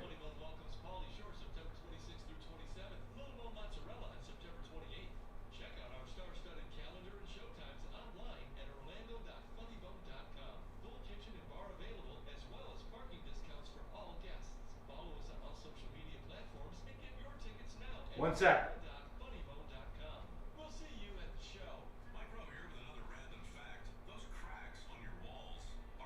The developers are emailing about the website. I'm really, really trying to get this big update out next week for the newsjunkie.com. It's got search. You can search secret shows. You can search anything on the website. It's got a brand new See It Now with way more features for secret show subscribers, reviews, and all sorts of stuff. It's a fantastic update. A lot of stuff is fixed. A lot of stuff is improved, and I'm hoping to have that out on Wednesday. Okay, we're coming back.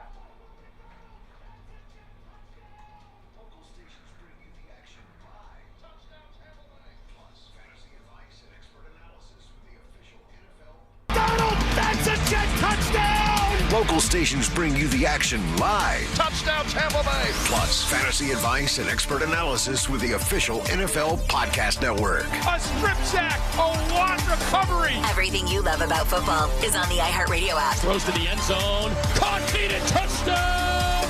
Chargers! Search NFL to dive in.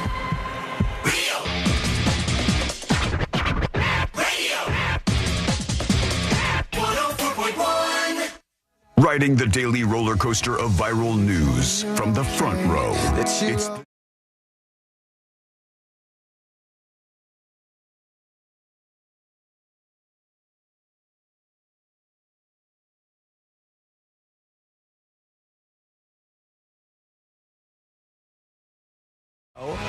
dropping today. And if you're a subscriber, you're going to love it. Go check it out. Uncensored Secret Shows, weekly uncensored shows for you to have some fun, laugh, and disconnect from all the craziness. Go check out the latest one or the entire archive, like 400-something shows or whatever. Go subscribe over at thenewsjunkie.com. I believe it's 434 we just did. I know. Good Isn't that Lord. crazy? And I didn't remember it either. I didn't remember that we just did Secret Show 434 because I asked Josh, what did you do last night? Did you party pretty hard? And he said, I was just hanging out with my two friends. And I was like, this guy's making up a story. He didn't do anything last night. No. I didn't even drink that much. I'm a lightweight now. I really am. It's kind of been an embarrassing change. I used to be able to. This is kind of embarrassing. I used to be able to very easily drink half a bottle of whiskey. Yeah. No sweat. Yeah. That's embarrassing. It's a little embarrassing because I was doing it a lot. About 7 nights a week. Yep. It's healthy. And I could easily get half a bottle of whiskey in and I'd be fine. Like, you know, I wouldn't be really negatively impacted by it on the outside. Have you thought about what your drinking plan is going to be for the roast? Yes, I think I'm going to take it easy because I want to make sure I do a good job. Okay. And then I think I'll drink after the roast that's coming up on October 30th at the Dr. Phillips Center. I think I'll drink after the roast. What are you going to do? Are you going to drink and go up there and do your thing? I mean, I'm not going to go and do my thing completely sober. Mm-hmm. But why would you? But, you know, there needs to be some lubrication there. How many shots are we talking about? One or two, maybe. What happens if you get up there? Oh, actually, this might be better for me. The greatest line of defense I could ever mount at a roast is to get everybody so drunk that when they get up there, they can't say anything about me. So when the review for the roast is, yeah, we went and everybody was too drunk to perform. It'll never happen again. We paid for an exclusive event. We got these beautiful seats at this beautiful venue. It was a blast, but you know, we couldn't understand anything the roaster said. And Sean's just like, well, but I came out unscathed. Yeah, you know, I'm a winner. No, I want the people to have a good time. I want them to, and I know you guys are going to go nuts. C-Lane and Josh will both be among the roasters in the panel. And can I tell you something, folks?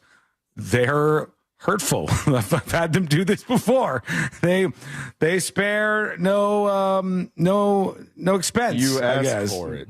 Yeah, I listened back. You demanded it, and I said no, and you kept pushing me. Yeah, that's true. That is true. I'm not going to say it's not, but make sure you are there when it all goes down. October 30th at the Dr. Phillips Center for the roast of Sean Wasson. A lot of exclusive stuff going to be there for folks who are in attendance. So let's talk about this. Over in Georgia, there's an inmate who's in trouble. I have to tell you, I have some questions. I have some questions about this. Didn't think that you could do this. Certainly thought you shouldn't be able to do this. And I think maybe it's like a gaping hole in the in the prison system in the United States of America. Because here's what happened. Let me see if I can bring this story up in front of you. Last time we had a gaping hole in the prison system, it was in Louisiana, and they wrote notes around it. Yeah. This was different than the escape hatch that they went out of in New Orleans or in Louisiana. This is an inmate who's in big trouble right now. Here's this person, David Dwayne Cassidy, 57 years old. And the inmate was apparently, hang on, I lost the story. I'll get back to it here in a second. The inmate was apparently building bombs behind bars. From prison in Georgia, the inmate was building bombs and sending them out. You could really do a lot of stuff when you're incarcerated. You could have a podcast. Mm-hmm. You could have drugs. You can. There's all kinds of little tiny guns. There are drugs and now bombs. This and you guy make toilet wine. Literally making bombs behind bars. It says a Georgia inmate built 2 bombs in prison and mailed them. One went to an Anchorage in Alaska federal courthouse, and one went to the Department of Justice in Washington, D.C. So this guy's behind bars making bombs and mailing them off. Like, is the prison not looking at what the guy's sending out and ticking boxes to these facilities from behind bars? It's crazy. Federal prosecutors say David Dwayne Cassidy, 57, was held in a Georgia state prison when he made the bombs, according to the Associated Press. Both explosives were functional, a plea agreement state. However, neither of them exploded. The inmate, who identifies as a transgender woman, not a good time for these folks, goes by the name Lena, was sentenced to 80 years in federal custody. The inmate said the reason for mailing them was in retaliation for prison conditions. Prosecutors did not say how they were built or anything, but they said Cassidy was able to manipulate primarily items he was authorized to possess into explosives and send them off. And he's been held in multiple Georgia prisons since the 1990s for crimes including aggravated kidnapping and aggravated sodomy. Just sounds rough. And they'll spend the rest of their life in jail. Yeah, it's a little extra. They're trying to obey by the pronouns, but, this person's sending bombs out, so I don't really care. This particular person in Georgia building bombs behind bars, which is bad. But also, quick note to all prisons, including the one in Georgia, I think that you should be a little tighter about what you're allowing the inmates to send out if they can build functioning bombs and mail them to the Department of Justice. That seems like it should be easy to stop, but did not happen here. Let us know what you think. Send us a dispatch over at thenewsjunkie.com. In fact, let's see what we got here. Here's Jazzy Josh. Let's see what Jazzy Josh has to say. Go ahead.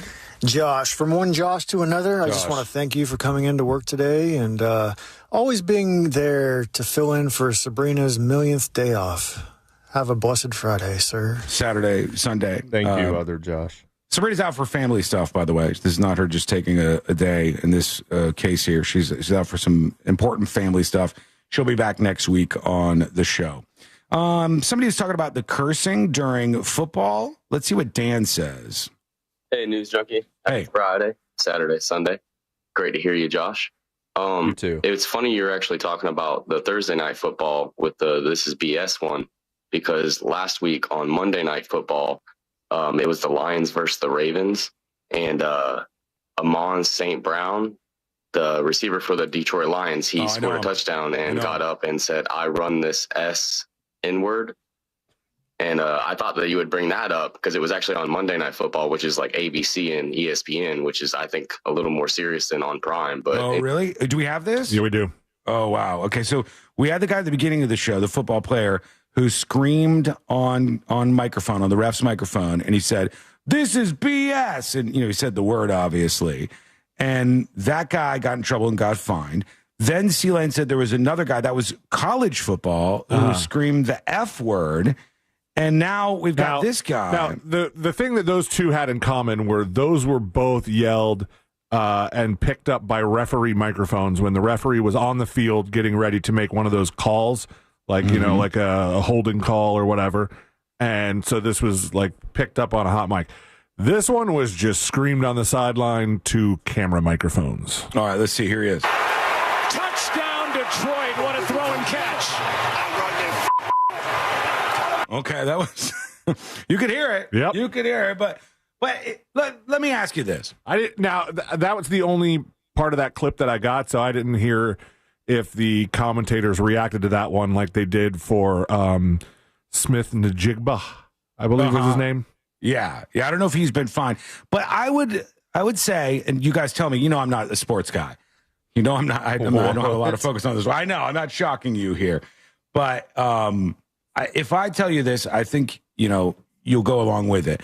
Isn't it just kind of commonplace and known by most people watching football that a lot of the players do curse at each other? Yeah, I think so.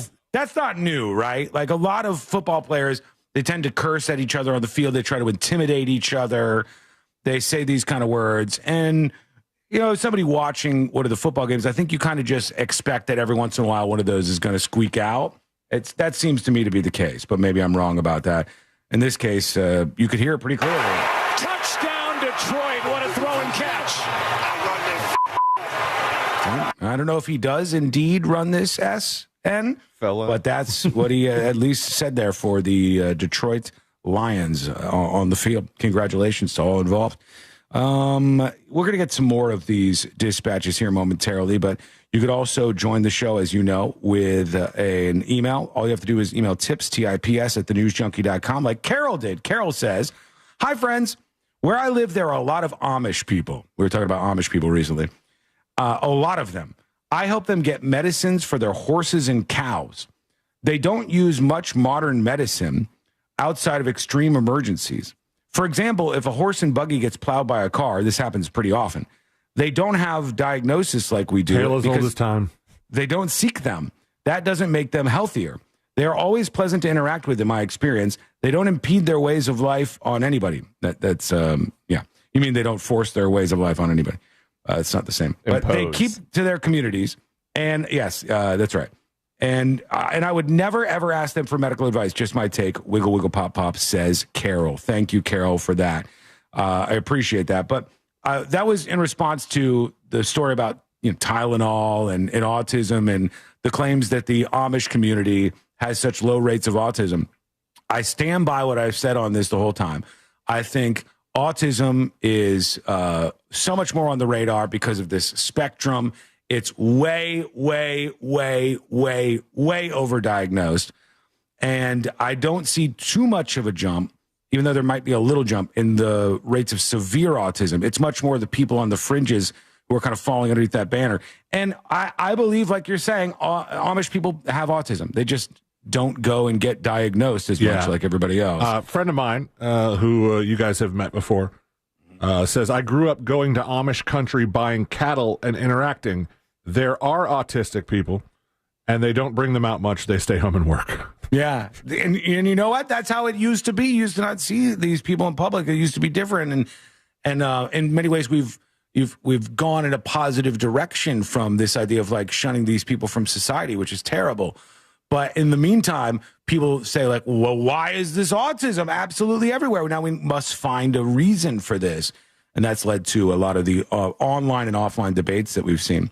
All right, we want to hear what you think about this. Should inmates be able to send bombs from behind bars? You must have some thoughts. Let us know. Go over to thenewsjunkie.com and record your dispatch right now. When we return, the next episode, likely featuring Joshua Fowler. We don't know. You never know what you're going to get with this guy. I mean, you know one thing you're probably going to get, but the other things you do not know what you're going to get. And that is coming up next on the News Junkie. Coming up tonight on Real Radio at 7, it's a corporate time with Tom and Dan. Brought to you by MyEternalVitality.com and Modern Plumbing Industries. At 8 p.m., it's the Orlando Shine Show with Brendan and the Bus. At 9, we all find out what the hell is Angel listening to. Tonight on Real Radio 104.1. From the Odoo.com Weather Center. Odoo.com, the only business software you will need.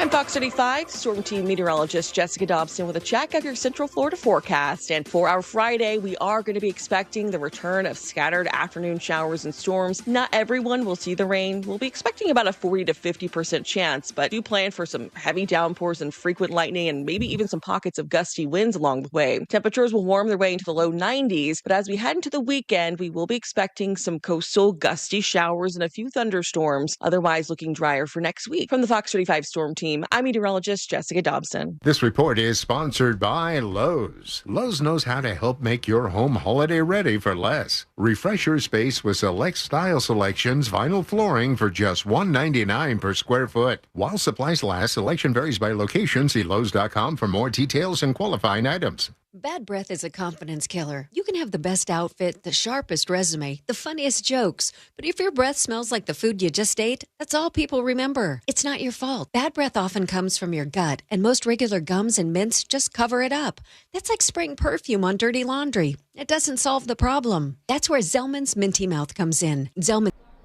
Hiya. Skull mic activated.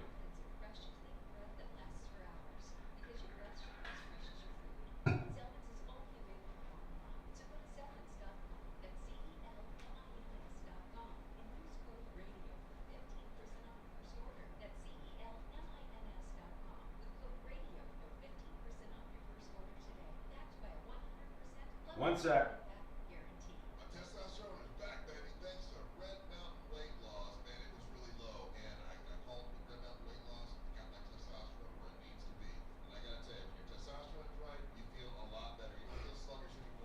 Okay.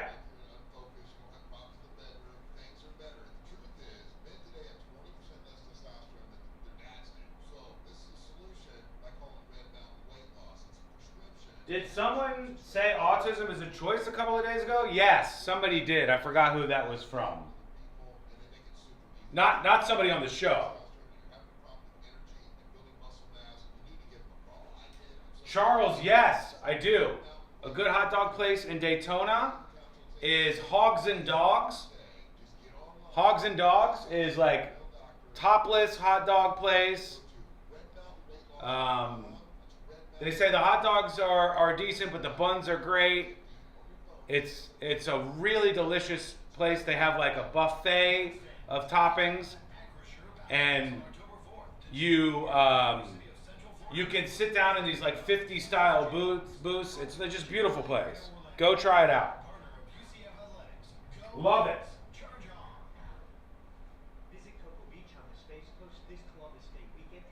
Josh is going to do the next episode momentarily.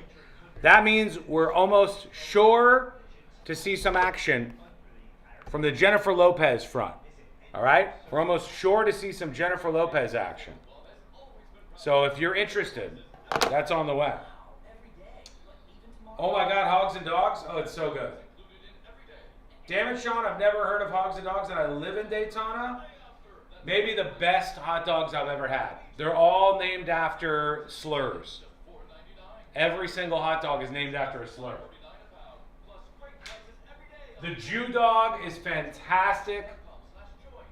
I would recommend the Pollock dog. It is quite good.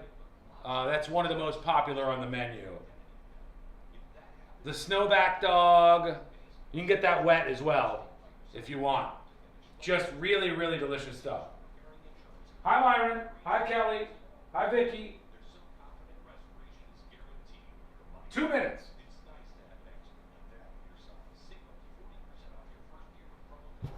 I think you mean Jennifer Lopez? Yeah, that's what he's going to say.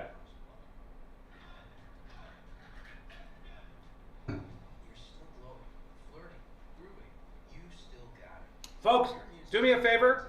Hit like if you don't mind. Hit like over on YouTube. Like the stream. And I would really appreciate it if you are not subscribed. Just take a moment. It doesn't cost you anything. Just hit the subscribe button so you get alerts and stuff for the stream. It's very much appreciated. 90 seconds.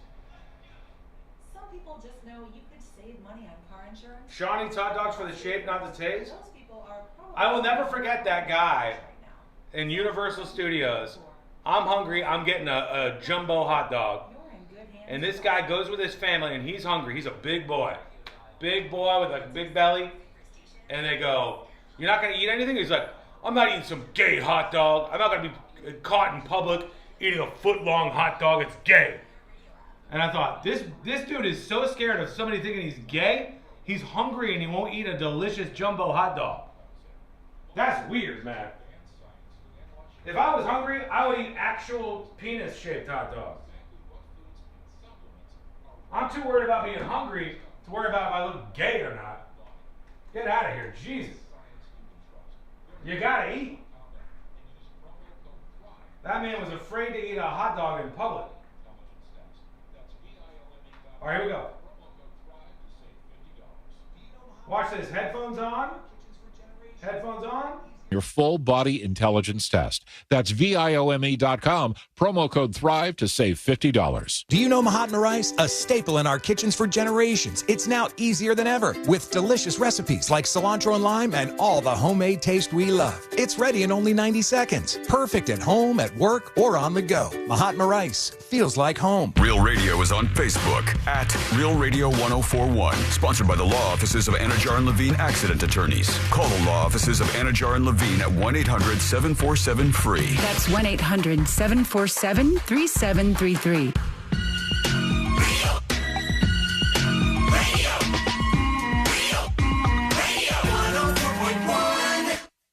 Tackling sensitive subjects with unparalleled irreverence.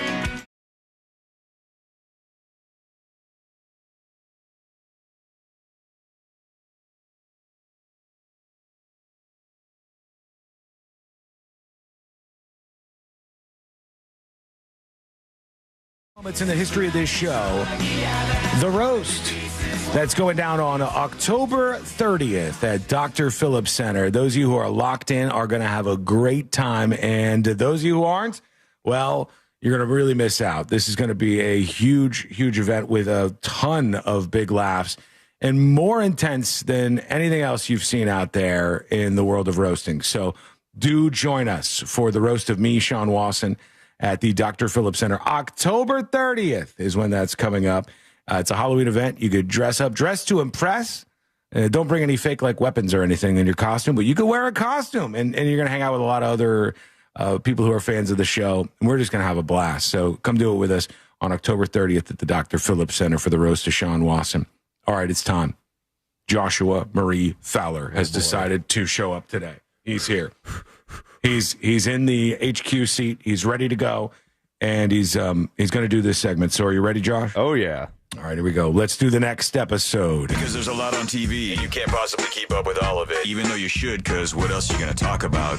Police say I killed my family and rigged my house to explode. Nothing. The weather's nice. It's time for the next episode with me. I forgot about that. That's good stuff. AI recreated the guy's voice. AI poorly recreated his voice. And I'll tell you who won't poorly recreate a home loan for you. It's that mortgage guy, Don. That's right. You go to thatmortgageguyDon.com. He is the expert that will help you out when you're trying to get out of that renting situation and get into something where, you got something to show for your money. And if you already have a home and you want to maybe take some equity out of that and do some home improvement, well, he'll help you out with a HELOC too. And he will answer your questions live on the Home Loans radio show. They answer all the tech service questions. Fritz is on there. They do a good job. And so if you have any questions, you go to homeloansradio.com or thatmortgageguyDon.com. Don't miss the boat. Compare your quote with thatmortgageguyDon.com. And we start with this guy here. Oh, Marky Mark. That's right. Sans Funky Bunch. Just Marky Mark. Mm-hmm. Marky Mark wants to play Bill Belichick in a movie. Okay. All right. Old Mr. Boston himself. Last time I saw him, he was playing a bald guy in a movie where he was like a criminal that was trying to take down a plane. It was not that long ago. So it's pretty decent. It sounds riveting.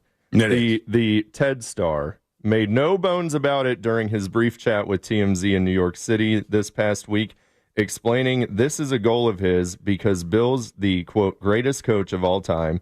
There is no Bill Belichick movie in the works. He's just putting it out there and hoping it happens. Okay. He also says, if Bill wants to go to dinner with his girlfriend and my wife, that's no problem. So the young one. Bill's child girlfriend. Marky Mark's manifesting that for himself. Sydney Sweeney is now dating Scooter Braun. Okay. And that's the story. Don't we not like Scooter Braun or Scooter Braun's? I think everyone that was represented by him or whatever kind of ditched him. Yeah. Because he represented Taylor Swift and Justin Bieber and stuff. Yeah. And I think also Shakira or Kesha, one of those got scootered. Yeah, they got scootered. And now As Sydney they say. Sweeney's getting scootered, as they say. True. This guy. Tim Allen. Correct. Tim Allen Tim. says now after seeing Charlie Kirk's widow, Erica Kirk, forgive the shooter, he is ready to forgive the guy that killed his dad back in the 60s. Oh, I did not know that Tim Allen's dad was killed. I did not know either. I had to really, really try hard not to call him Tim the Toolman Taylor when you played that clip. That's why I was like, Tim Allen? There you go. Tim took to X saying he was deeply affected by Erica's willingness to forgive. He reveals that he struggled for over 60 years to forgive the man who killed his dad. His father died back in 1964 after being struck by a drunk driver in a car accident when Tim was only 11. He says, I will say those words now as I type. I forgive the man who killed my father. Peace be with you all. And that's nice. Yeah.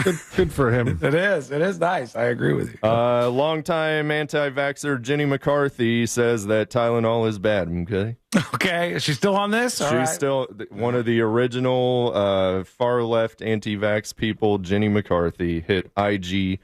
That's Instagram. She definitely did it before it was cool. She did. She was one of the first ones I remember being on that. She hit Instagram this week in a scientific jargon-heavy breakdown, declaring Tylenol drains glutathione, nailed it, the body's built-in antioxidant that helps clear out toxins, especially post-vaccine shots, which I assume somehow helps the autism grow within the child or something. I don't know, Josh. I heard just in the past day or so that autism was a choice. So yeah, it is. Hey, nothing bad can happen. It can only good happen. That's true, right? This band, or one of the guys, Get your bread set. Get your bread set. I'm just going to tell you because you won't get it. It's LMFAO? Kneecap. Oh, Kneecap. Those guys. I was thinking LMFAO as well. It sounds similar. The rapper Liam Agohana, otherwise known as Mokara, has had his terror case thrown out in England. The judge in the case says that the main reason is because they waited 6 months and a day to bring the charge, and the limit on that would have been charging him within 6 months of him waving that Hezbollah flag. Oh, they screwed it up. So he's not a terrorist now, thanks to the English government, and maybe he won't wave the flag anymore. No, he'll probably wave the flag. Well, you know. He'll probably do it still. He should learn a lesson, but I can't speak to him. C-Lane is waving the Hamas flag most days. Never. I've tried to stop him. Don't even know what a Hamas flag looks when like. I got here this morning, he was like, "Hey, up Hamas, am I right?" And I said, "Sure." I said, "What the hell? This is iHeartRadio, buddy. You can't do that around here. What's going on?" What's up Hamas mean? Oh, this guy. Forget it. This guy, whose dad died in this event. 9/11 was bad. 9/11. Pete Davidson. Yeah. 11. Nailed it. Pete Davidson says that his mom called him with a heartbreaking message during rehab, and that inspired him to finally get completely clean. He says his mom is the most supportive person in the world and told him she was terrified of turning on the TV one day to learn that her son died because of his addictions. And Pete said, that killed me, so I was like, all right, can't die until she's dead. You know what? Good He's for growing on me. I'm starting to like this Pete Davidson He guy. looks a little weird without the tattoos, but otherwise... Did you not like him before? It wasn't that I didn't like him before, C-Lane, but, he was just Pete Davidson getting mixed up in a bunch of stuff. And then he said recently, he was like, I realized there was a bunch of people who were my friends who were like, look, I can't hang out with you anymore. And he said, after it happened to a whole bunch of people, I was like, well, maybe this is me. And now he's turning over a new leaf. There you go. Nice. Good for him. And who else is turning over a new leaf is this lady. Jennifer Lopez. That's right. She has a $21 million bachelorette mansion after her split from Ben Affleck. She is adding 10,000 square feet to it or something. I don't know. She's renovating it. Jesus and I'm out of time to talk about her. It's fine. On the boob tube, Adventures in Love and Birding on Hallmark, Unlocked Family Secrets on OWN. All the late night shows are repeats, and then there's football this weekend. And Wait. Kimmel's repeating already? Yeah, can you believe that? He just came back. You can't take me off the air. All right, now I'm going to take myself. I'm still going to take my Fridays off, though. And that is your next episode. There he is. There he is, ladies and gentlemen. Joshua Fowler. Thank you. You're too kind. There we go. Whoa. They were happy. They were happy with the performance today. Yes. Here's what we're going to do. That was a high on the show. That was a high. This is going to be a low. We go high to low, high to low, high to low. And there's a segment that we do each week. Don't put those messages on your screen behind you. I see what's going on there. The segment coming up. Now, according to the research, the station tells us that people really like this segment. They do. They say it's a popular segment and that people really enjoy it.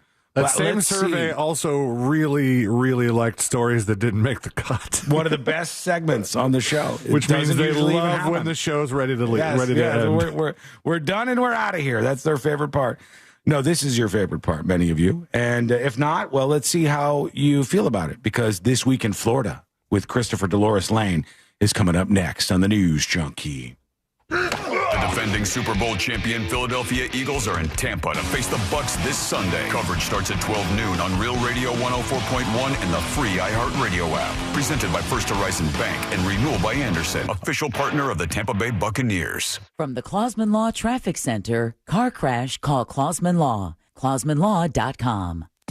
The right lane's opened up on Orlando Avenue northbound at Horatio Avenue. Emergency crews have moved that accident into the left lane off to the shoulder on the Turnpike northbound past Oakland Exchange. There's a crash getting cleared up there. The traffic lights are working incorrectly where Vine Street meets Thacker Avenue on I-4. You're going to run into some congestion getting through the city and through that amusement park area. See traffic troubles? Call the Valvoline Instant Oil Change Traffic Tip Line at 866-676-8477.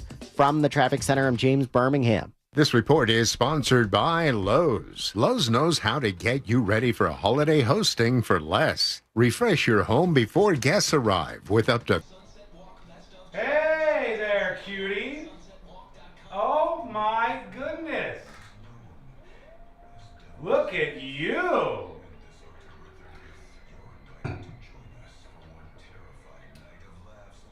Can I tell you something?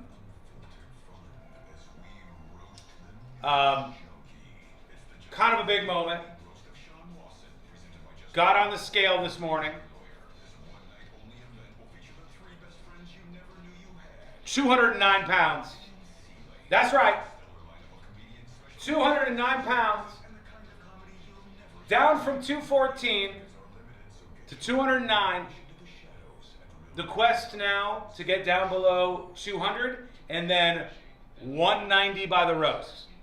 It's a big ask. It's a big ask. But we are down. I am down to 209 pounds. That's right, baby. Eventually a chin will emerge and my frame will start to look more normal and I'll be more fit and won't lose my voice.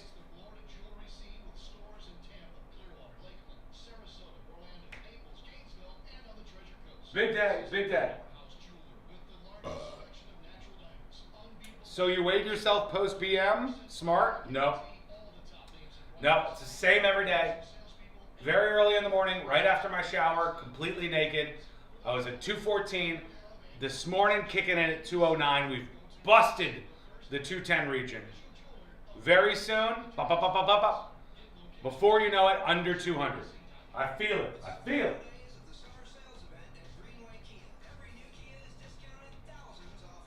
The segment when we come back is This Week in Florida with C-Lane. It's going to be great.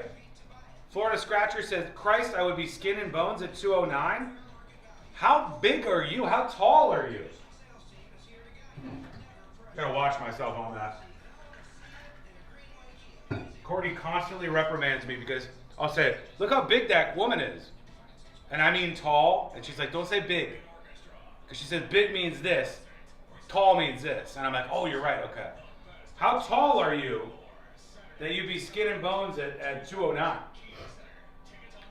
They thought you couldn't do it. True. And they're probably right. I might go back up. But I'm going to try, keep pushing it down before the road.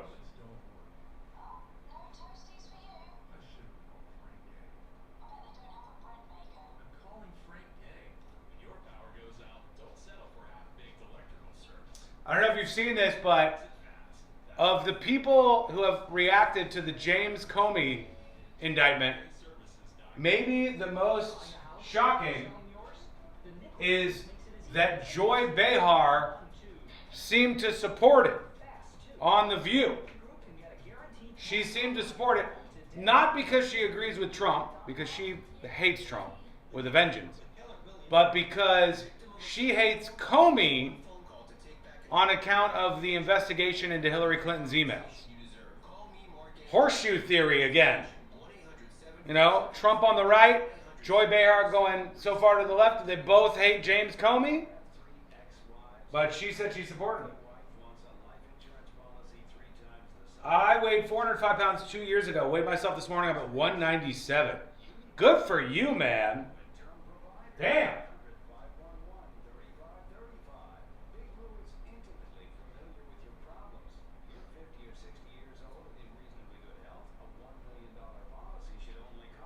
I predict a huge plate of chili fries after the roast. I'm not even into stuff like that. My thing as of late, and I'm just being honest with you, is as I lower a little bit of the alcohol intake, I'm still drinking. I had tequila last night. I had a couple of White Claws last night, but I'm drinking a lot less. And as I do that, I'm becoming like the most dessert snacking old man you ever seen in your life. Oh God. We have those ice cream drumsticks that are like 100 calories. Oh, I crave them. Cookies from Gideon's. Oh. Summer House cookies. Oh. Love it. Just like Twitter, Joy Behar isn't a real thing. She's real. She does have a 16 IQ, so that makes life tough. But look how much she's achieved.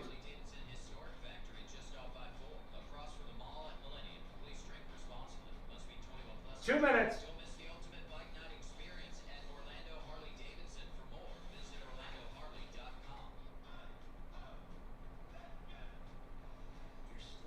It's those THC drinks. It could be. I don't know. I think secretly, even though I've never been really a dessert guy or like a snack guy or whatever, secretly, I love that kind of stuff. And I crave it. And when I'm an old man, I'm just going to be like a fucking cookie monster, just shoveling it in my face.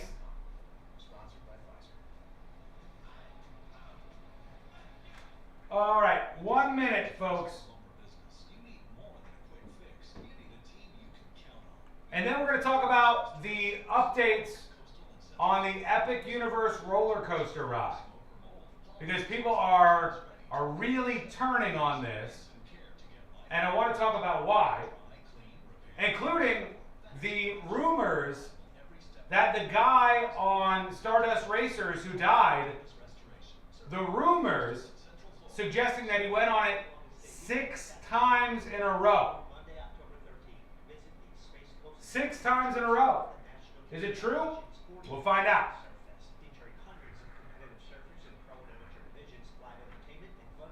Visit the Space Coast at Cocoa Beach and support the National Kidney Foundation's 40th Annual Surf Fest, featuring hundreds of competitive surfers in pro and amateur divisions, live entertainment, and fun for the entire family. Spectators are free, so don't miss out on the fun in the sun at the Westgate Pier. Plus, join us for the Taste of Brevard and silent auction on Sunday, October 12th from 6 to 9 p.m. For more information, visit nkfsurf.com. That's nkfsurf.com.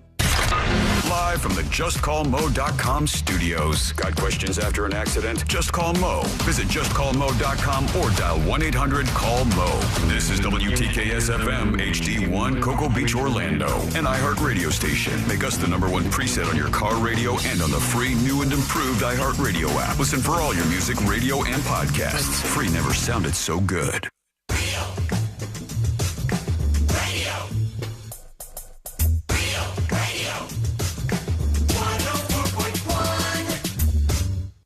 Now back to the most viral newsroom on planet Earth. This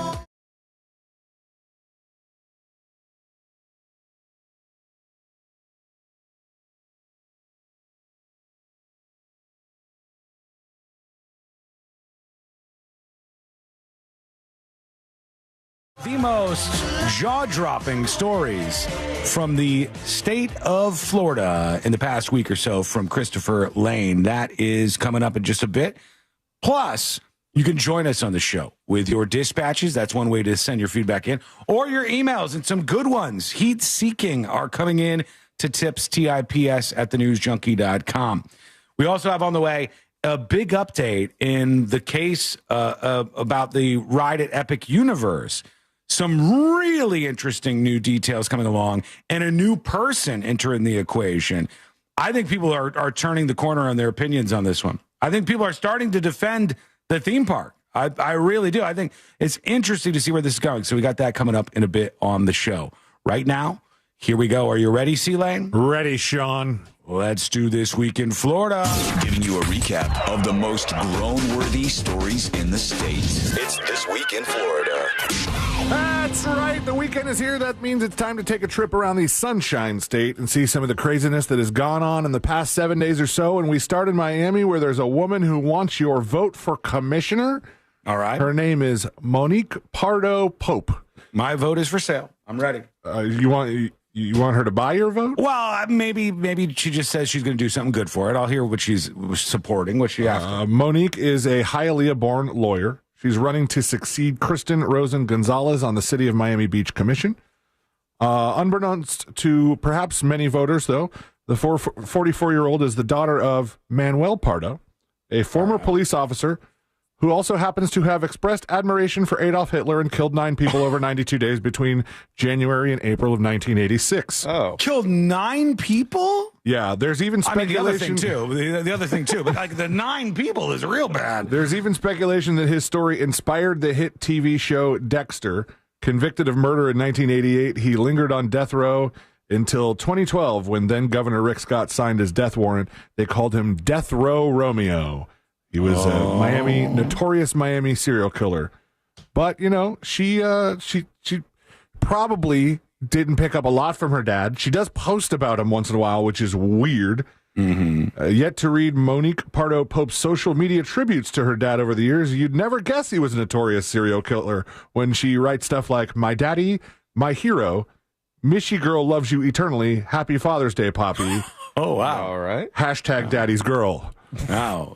She had to include older pictures of the man because, you know, all the newer ones were either mugshots or, you know, prison photos, I guess. Just so you folks know, C-Lane's father, much less controversial. He is, he's a former lunch lady, but he is a former lunch lady, despite some off-color jokes he might make once in a while. Killed 0 people. Yes. As far as we know, you know, not a killer at all. He hasn't told me of any killings. Mm-hmm. So, I don't know. The animals are coming after us. Animals are they're on the hunt. Yeah. And in case you didn't, you thought you had everything you knew to worry about, Ponce Inlet is warning residents of a bobcat that has been spotted twice near the fire department in the past week, prompting wildlife officials to remind you to take precaution and, most importantly, do not approach the bobcat. I don't know who needs to hear this, but they feel like you do. Special caution should be taken behind tennis and pickleball courts in the area. Bobcats are usually shy and avoid people, but it's important to give them space if encountered.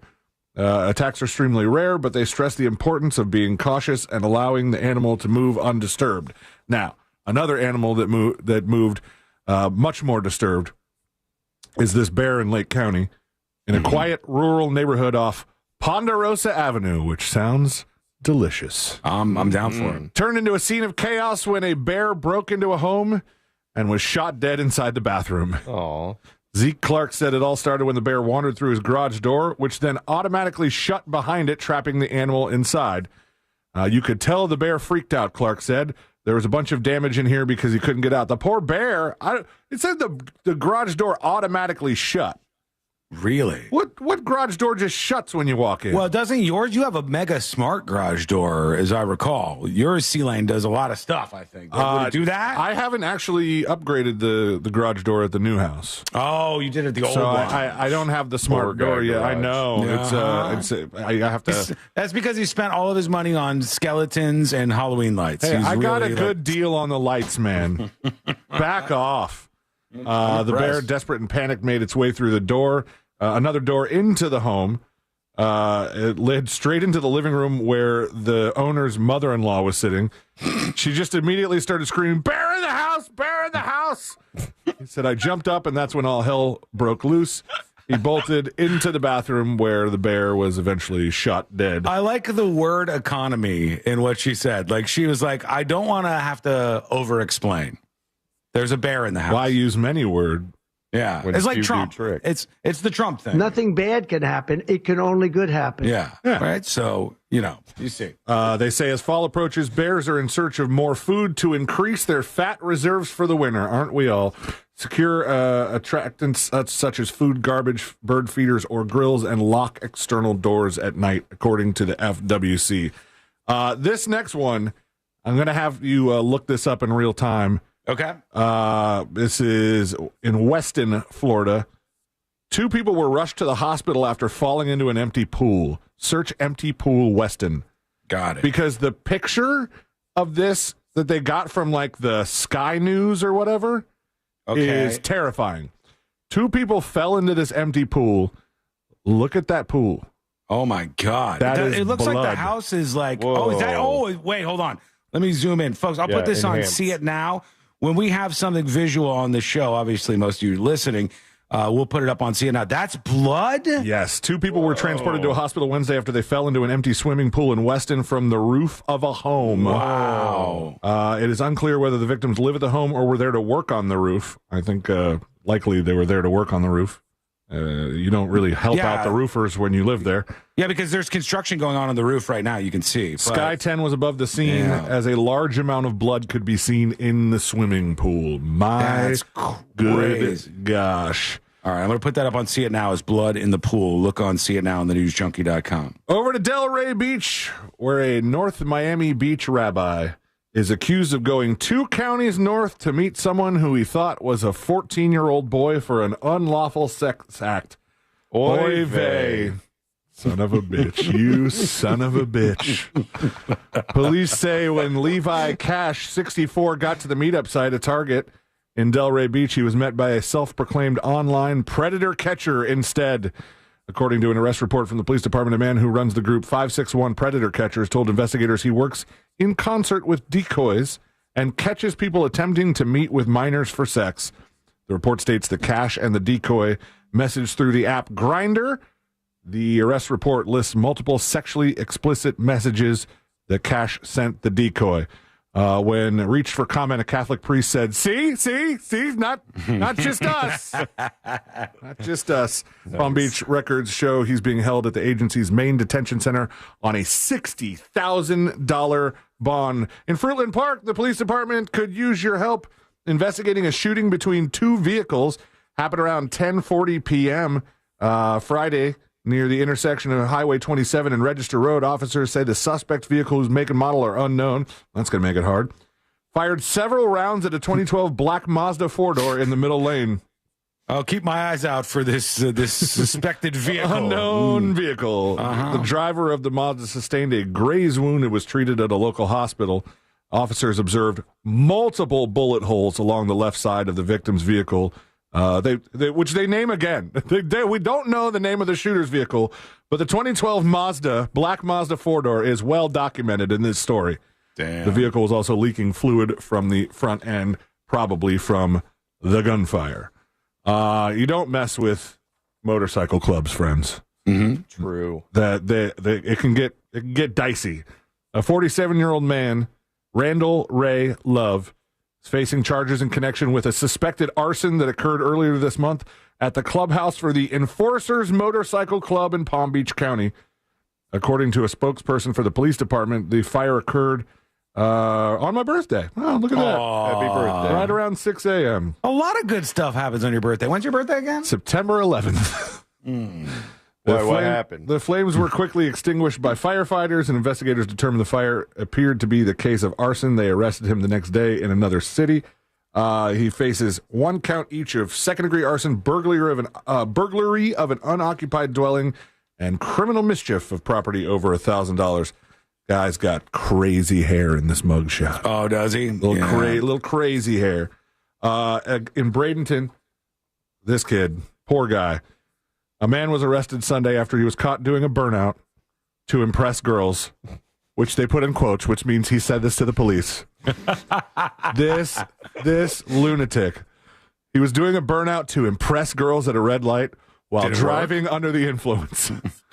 That's the best time to do it. The girls could not be reached for comment.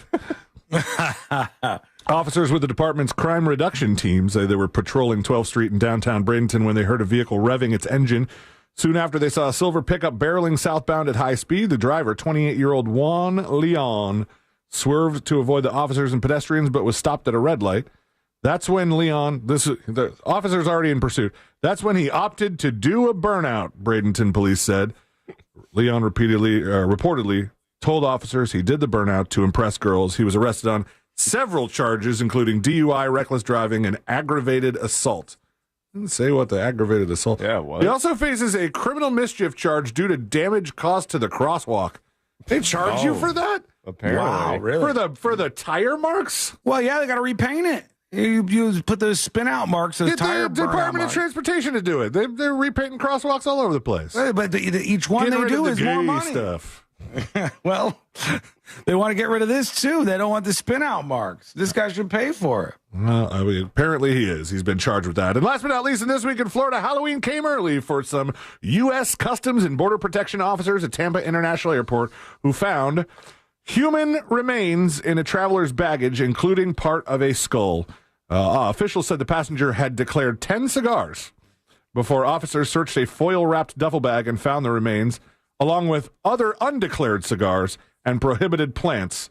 Martel said the passengers told officers the items were for rituals, but due to health risks, they were seized and destroyed. And that's it, friends, for This Week in Florida.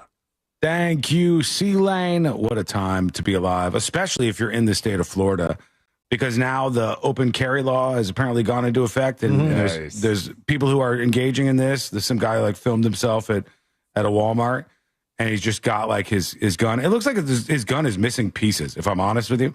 Yeah. Like, it looks like there's a shoulder piece of. I could be wrong. Like he sawed off the wrong side.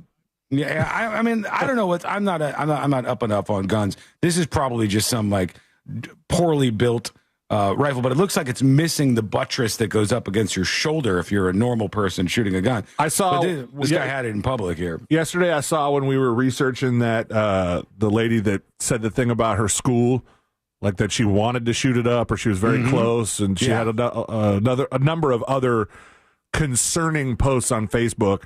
I saw one of the people that was commenting on hers, and I went to his page, and he had like a picture of himself carrying a gun on his side, and three cops like, taking a selfie, like, oh look, it's legal now. Look at carrying my gun in a 7-Eleven. Can I tell you? Here's what's going on with the video that's going viral. This guy is at a Walmart. He's right outside his car. My gut tells me that this man wanted to make a little viral video, so he goes, I got to bring my gun to Walmart. But he didn't want to like go walk through the parking lot or walk into the Walmart store with his gun out like this. So they just got out of the car for 3 seconds and he filmed himself. Right. Oh, open carry. Here I am. Open carry in Florida. So just to be clear, and maybe these will be like Moses questions, but you can still, as a business, say no guns allowed on premises. Right? I believe so. Yeah. I think so. Yeah. But there he goes. Yeah, he's on World Star today because he brought the whole gun out. What up, World Star? Now we have, when we come back, a Halloween display that they made a brave move here. Better than mine? Is it better than mine? It depends on how you feel about life. It involves Charlie Kirk, and, or it happened in the wake of the Charlie Kirk situation. So I don't know if that's supposed to be related. We'll go over what this is and what was in these Halloween decorations and see what you think about it. We've also got some other news coming in that we need to touch on here. Kamala Harris is in a clip that we got to play. A bunch more Trump clips. There's a lot to work in and not a lot of time to do it. So honestly, let's have a little fun as we get into the weekend. All of that is coming up next on the News Junkie. You know you can always text us, unless you're driving, at 77031. Standard data and message rates apply. Real Mobile is powered by Orange Buick GMC and orangebuickgmc.com. We are professional grade. 2 left lanes are blocked on John Young Parkway northbound at Columbia Street. The traffic lights are working incorrectly where Vine Street meets Thacker Avenue. Use that intersection as a 4-way stop there. There's congestion piling up on I-4 heading through the city and slowdowns on I-4 westbound between Sand Lake Road and heading through that Osceola Parkway area. See traffic troubles, call the Valvoline Instant Oil Change traffic tip line at 866-676-8477. From the Traffic Center, I'm James Birmingham. This report is sponsored by Fresh from Florida. You can depend on Florida farmers. Our farm is where we live and work. It's where we raise our families and provide for yours. When you shop for Florida-grown fruits and vegetables, look for local. Choose Fresh from Florida, the homegrown brand of Florida farmers. When was the last time you opened your power bill and saw the price and thought, man? That's where solar hey, buddy. You call them up, they will design and install a solar system built for your home and tailored towards your energy needs. And you can lock in lower costs and enjoy predictable bills. Comey updates when we come back. Epic Universe rollercoaster lawsuit updates. A lot of big updates for you.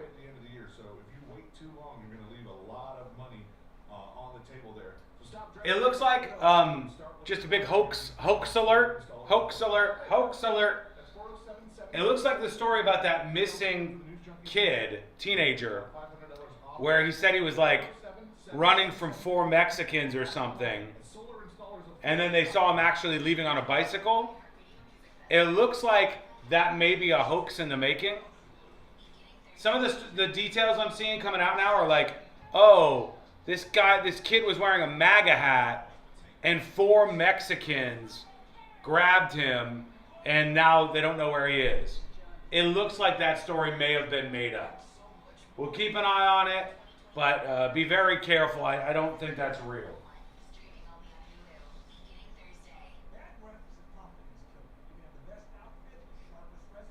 Jesse Smollett, yeah, feeling those vibes. My favorite hoax like that? You guys got a favorite hoax? My favorite political hoax. You may remember this. Remember the young girl that said Obama supporters attacked her? Oh God, hang on.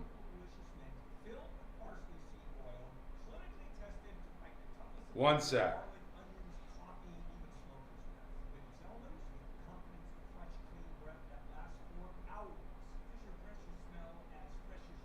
This was my favorite hoax story. So in 2013, I believe. Hang on.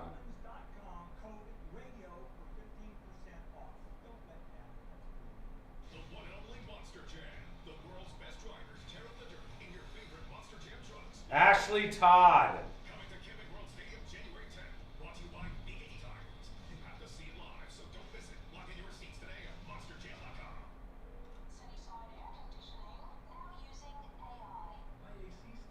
Okay. So, this is Ashley Todd. And in 2013, she said she was attacked by Obama supporters and that they held her down and took a knife and carved a bee into her cheek. But people didn't understand why Obama supporters would put a B. Why wouldn't they put an O or, I don't know, anything? And also, the bee was carved into her cheek backwards because she did it whilst looking into the mirror and then claimed she was attacked. Well, that's one of my favorite hoaxes. It's a gem.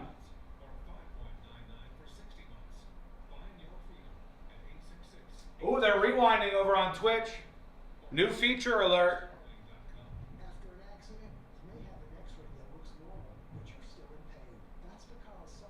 It was a great hoax, man. I love a story like that. I can smell them a mile away. Why do people go so crazy? Attention. Attention. A lot of times people haven't gotten a lot of attention in their lives. They're kind of broken individuals in some ways. And in an effort to get attention, they say somebody attacked them and, you know, carved something into their face.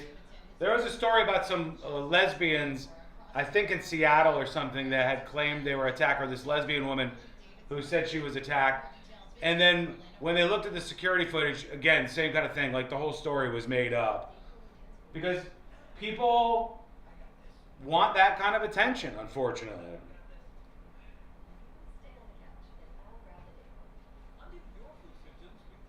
It's hard to draw an O with a knife? True. Remember when that manatee carved Trump on its own side? Great hoax. Top-notch hoax.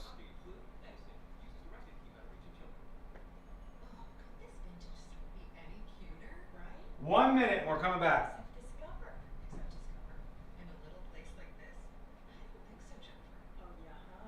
B for Barackin? I mean, it seems weird. And it seemed weird at the time. And anybody with a brain was like, what's going on with this girl? Just like with Jussie Smollett. You folks, if you were listening to the show back then, you remember day one, people were like, what? You don't believe this guy? I'm like, this guy's full of shit. There's no MAGA people in the South Loop or in the Loop in Chicago. I've never seen one in my life. Knew that guy was lying. I'm the hoax sniffer. That's what I do. I sniff out hoaxes.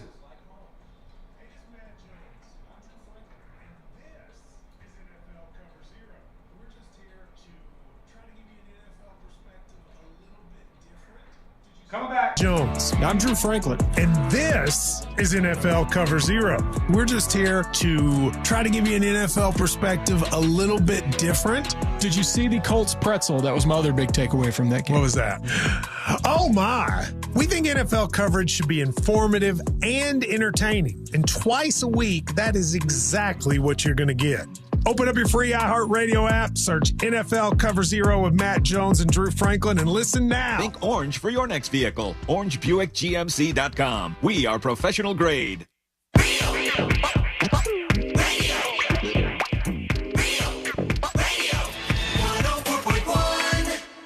Send us a dispatch and join the ranks of the great 5%ers. It's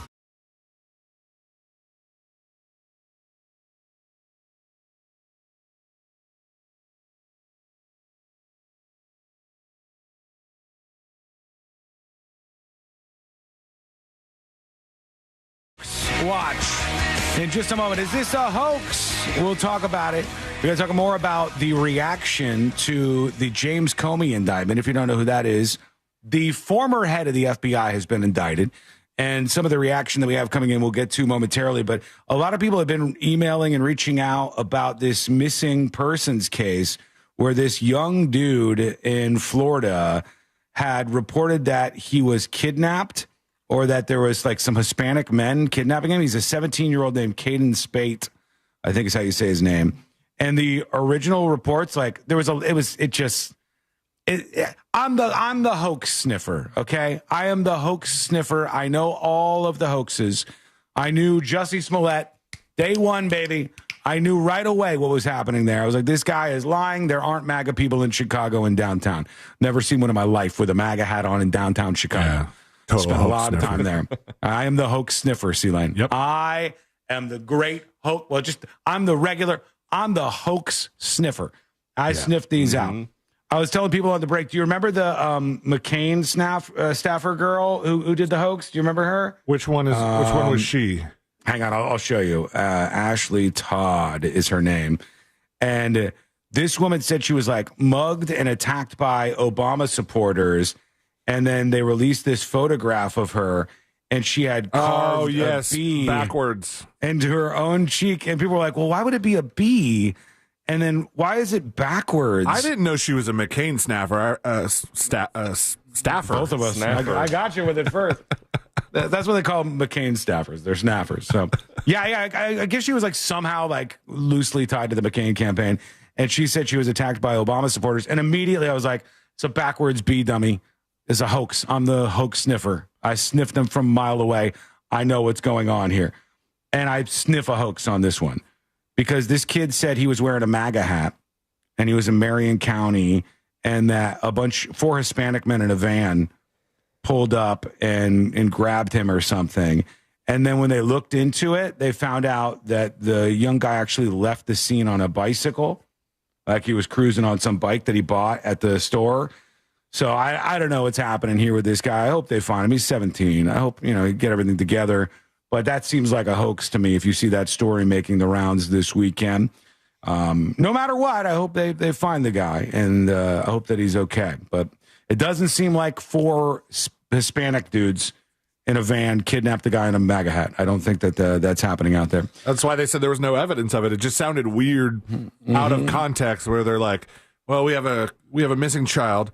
We're not going to say that 4 Mexicans kidnapped him because there's no evidence that 4 Mexicans kidnapped him. It's just really out of pocket and seems really crazy that 4 Mexicans would kidnap him. You know what? I'm getting Sherry Papini vibes on this because she also said the Mexicans got her, I think, didn't she? I sniffed that hoax out, too. You are such a good sniffer of hoax. I am the hoax sniffer. Wait, what's that say on your screen? No. You know what? The screen thing's over. No. It's so fun, though. No, it is kind of fun, but I didn't know it would be at my expense that you would be making side jokes for the folks watching the stream over on youtube.com/thenewsjunk. I said hoax sniffer, all right? Our prices have never been lower. You know what? Forget it. Let me get into the Comey stuff. Let's see what people think of this indictment against the former FBI Director James Comey. Is this serious business? There's some people who support this who you wouldn't expect. And there's some people who are against it that I think Dan Abrams, the guy behind Mediaite, I've interacted with him a couple of times. And Dan Abrams always seems like he's a bit of a straight shooter. And he had a reaction to the James Comey indictment. Let's see what he said. This is pretty extraordinary, what we're seeing right here. The president demanded a prosecution. He got it. Yeah. And look, what seems like the facts are pretty amazing as well. It seems this is a case about whether James Comey authorized a leak by his deputy, Andrew McCabe, about Hillary Clinton and about an investigation of the Clinton Foundation, not a leak about Donald Trump. The Inspector General of the Department of Justice investigated this, determined that it was James Comey who was likely telling the truth about what happened and not Andrew McCabe. Comey said, I didn't authorize the leak. McCabe said he authorized the leak after the fact. McCabe actually was close to getting indicted for this by the first Trump administration because the Department of Justice Inspector General had determined that McCabe likely lied. All right, so what they've done is the old switcheroo. It looked like it was Andrew McCabe and not James Comey, and it was about Hillary Clinton. Like this kind of looks like Trump is trying to go after somebody who leaked out info to the press about Hillary Clinton. Trump doesn't care if somebody leaked out something about Hillary Clinton to the press. That doesn't even make any sense if that's the case. So that's kind of why this whole thing seems a little weird. Wouldn't he champion that? Yeah, a lot of times. Oh, man, you're getting good with this. Crooked Hillary. So it doesn't add up. And Dan Abrams says, like, he's amazed. I think what's happening here is Trump wanted some revenge. If you were Trump, you might feel the same way. He felt like the Stormy Daniels conviction was ridiculous and political. I think it was political. I think they probably wouldn't have gone after anybody else if they did that. But you don't think it was ridiculous? Trump. I think it was bad, a bad precedent, and I think that is leading us to where we are. No, I think it's bad precedent to set the stage to go like we're just going to go after people we don't like. In fact, the guy who was the district attorney when those charges came out on the Stormy Daniels stuff for Trump, that guy had campaigned on the idea like we're going to get Trump, we're going to get him. Yeah. So I don't want the country to become some banana republic where we're just like arresting everybody, and then the charges don't stick, or if they do, then we're even in a worse spot. But on The View, it looks like Joy Behar at least said that she was happy that Trump went after Comey. I thought we were canceling this show. I thought they're still on. Easy way or the hard way. Nope, they're still on over there. Let's see what they said. Experience. I don't like Comey. I agree with Trump on this one. You don't like Comey because of what he I don't like what he did to Hillary. I don't like what he did to Hillary. Yeah, therefore he should be prosecuted. No. Yeah, I'm just saying. Yeah. I will really Some would argue that he was. God, how do women listen to this show? Are you kidding me? For a second, I didn't think you were going to say show. SHOW. Just I could use 4 more letters, but how do you listen to this? It's like barking dogs. I really had something that I agree with Trump on. So this is one thing. But you don't like him. But Joy, some would say he was doing his job, James Comey. Whoopi Goldberg goes, but you don't like him. What are you doing? You don't like him. You're not supposed to agree with him, Joy Behar. She agrees with him because she didn't like Comey for doing the investigation on Hillary Clinton's emails. So they got a common enemy. So they're happy with what's happening here. I just want people to be more normal. I want us to debate things with each other and not have people get shot in the throat for it. No. I want to debate things with each other and not start arresting everybody who disagrees with us. I don't want tit for tat going back and forth to the end of time. I don't want any of those kind of things. But I think it's interesting to see what's happening here. Dan Abrams had sort of a good roundup on it, so I appreciated that from him. We'll see what happens next, and we'll tell you when we get more info. Right now, though, to Houston, Texas, where this Halloween display, I'll put this up on See It Now as well because it's a visual, is causing some controversy. This is it. I see I don't know if you would call this would you call this a gallows or? Yes. It's like where you hang people, and there's 2 people being hanged. Next to that, there's a person in a very, I don't know if it's traditional, but they're probably pretending that it is, Mexican outfit. And what do you call that thing? I know there's poncho. A name for it. The poncho? Yeah. There's a poncho with blue jeans and a hat. They're supposed to look like a Mexican. And they're below a Mexican flag, and there's 2 people being hanged by the Mexican. And they said that these are supposed to be MAGA people. Oh, my gosh. They're just wearing red hats. I don't even think they're MAGA hats. Real quick. Yeah. I just Googled Mexican poncho. Yeah. And it looks almost exactly like this one here. Oh, does it really? Same colors and everything? Like, yeah like $8.99. So I don't know who's behind this, but there's 2 caskets by these people, and it's supposed to be a Mexican hanging MAGA people. It's all fenced in barbed wire, and it's like a early Halloween display or something.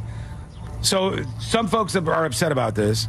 I'll tell you, we should defend all of these dumb things because if this is somebody's private property, I don't really care what kind of display they put. Right. I don't, What's supposed to be on the ground? What body is that on the ground? I don't know exactly, but there's somebody in like a body bag on the ground. So we got 2 people maybe supposed to be Trump people being hanged. Somebody on the ground. Is that supposed to be Charlie Kirk on the ground? I don't know if that's, I'm getting loose there. A mannequin appearing to depict Trump supporters seen hanging from nooses in Houston, Texas, following the Charlie Kirk assassination. Halloween decorations are located in Houston's 2nd Ward neighborhood. I mean, come on. Like, if you've got private property, you can put up whatever you want in the front yard. I really don't care. Bass Clef says 1,000% that's a white lady's house. Could be. Anti-Trump white lady. And she's like, the Mexicans are getting revenge. Here's the way I see this playing out. I wouldn't be surprised if that was the case. I got a neighbor who has put out this thing that looks like he's drying his clothes in his front yard. He's got clotheslines. Clotheslines are blowing in the breeze. Yeah. Every once in a while, with the clotheslines blowing in the breeze, it's revealed that you got Michael Myers from Halloween behind it with a knife. That's pretty cool. That is cool. It's scary as hell in our neighborhood. That's very traditional Halloween stuff. But I don't care. I don't care if somebody puts up some thing of Obama or what. It's just like, we don't need to make the biggest deal in the world about this. Maybe you disagree. If so, let us know. People probably would, by the way, make the biggest deal if it was Obama being hanged on some other front yard in Houston. And they'll be like, oh, look at that. Looks like Obama, and this is racist, blah, blah, blah. Just don't give these people the attention that they're looking for. Send us a dispatch instead. Give us your thoughts. Go to thenewsjunkie.com. All right, let's see. Let's work in a couple of dispatches very quickly here, and we'll take a break in a couple of minutes here, Sealand. Here's Concrete Mike talking about open carry. Happy weekend, News Junkie crew. Hey. Open carry, big fan of it. When they let the concealed carry go without permit, I was a big fan of that too. My advice to people is do your research. Mm-hmm. If you're going to open carry, learn where you can and cannot open carry and consequences of refusing to leave an establishment. Say a restaurant does not want you to have your gun.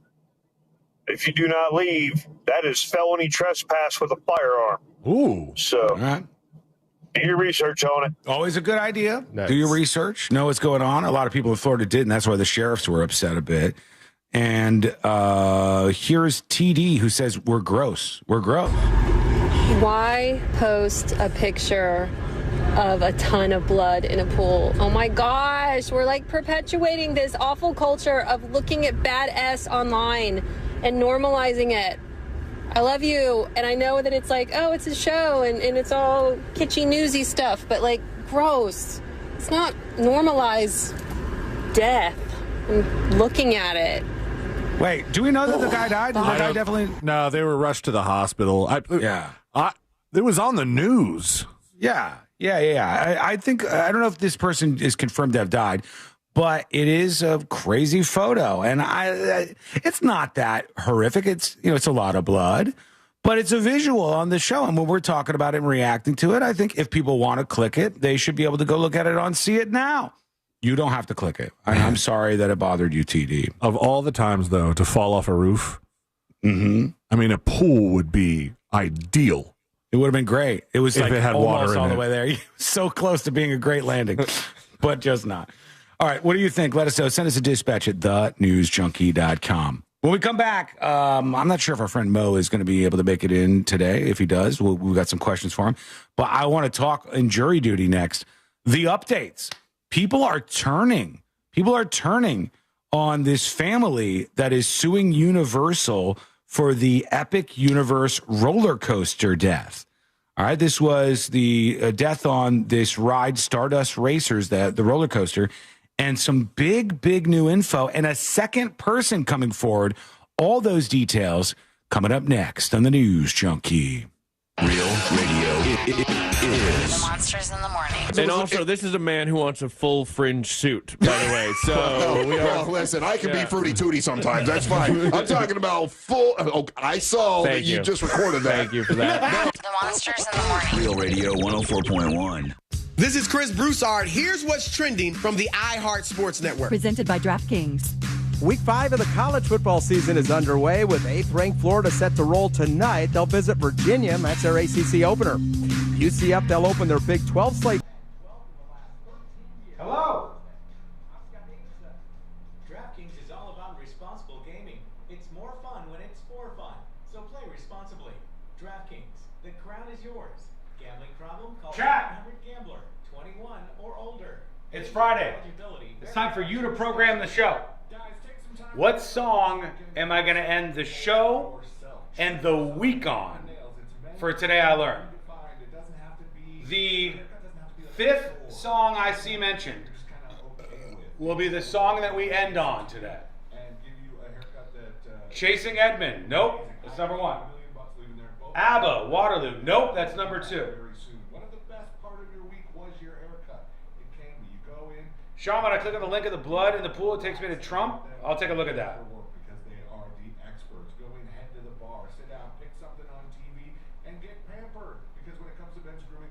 Duke's Mayo song. That's number 3. No. Iconopah Spa. I don't know what that is. Iconopah Spa. Clint Eastwood, The Gorillas. It is. It is.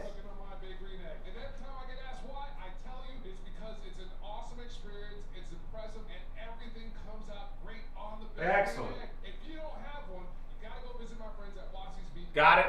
Done. Bam. They have the lowest prices in the country. They also have all the accessories. Muck Sticky? What even is that?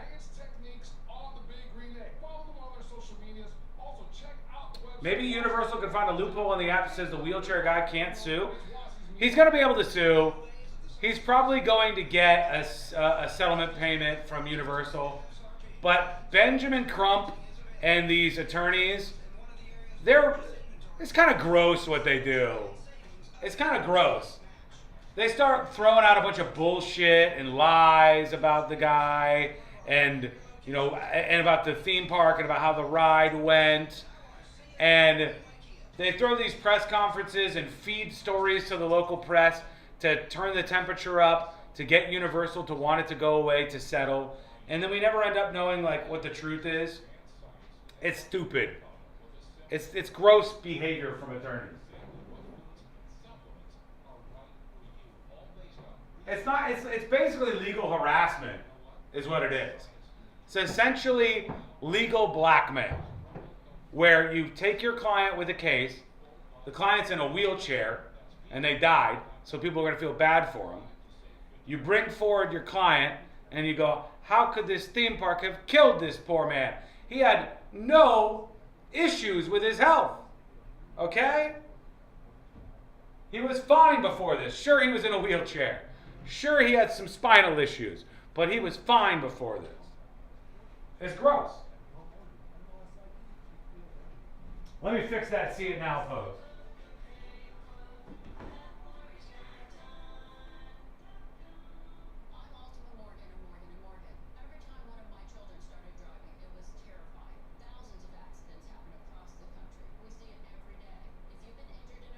What the hell?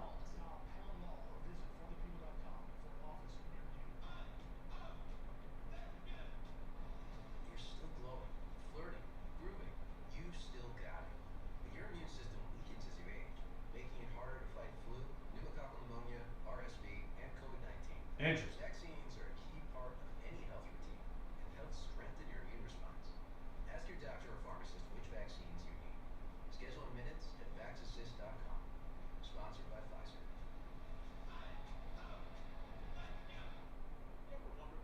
All right, fix that. See it now.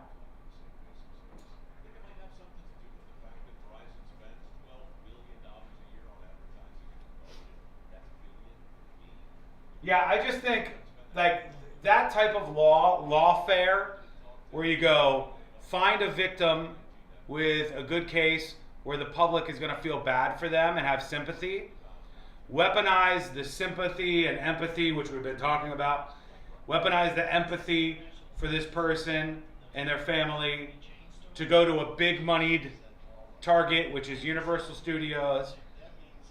And in all reality, there's suggestions, rumors, buzz out there that this man, a wheelchair-bound man with many health issues, that he may have ridden the roller coaster 5 or 6 times in a row. I know people who are perfectly healthy, not in a wheelchair, who rode that thing once or twice and said, well, it's an intense roller coaster.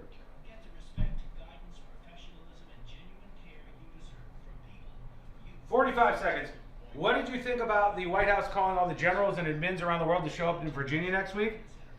I mean, I don't know what Hegseth is doing. I don't know what it's about. We'll learn what it's about and we'll talk about it when it happens next week. But I don't want to assume. I'm waiting to see what actually happens. People just know you could save money on car insurance by checking Allstate first. Those people are probably saving a carload of cash right now. So what are you waiting for? Check Allstate. No, you could save money on car insurance by checking Allstate first. Those people are probably saving a carload of cash right now. So what are you waiting for? Check Allstate first for a quote today. You're in good hands with Allstate. This earful of Real Radio is brought to you by crimeline.org. Give a tip anonymously. Real Radio is on Instagram at Real Radio 1041. Sponsored by the law offices of Anajar and Levine Accident Attorneys. Call the law offices of Anajar and Levine at 1-800-747-FREE. That's 1-800-747-3733.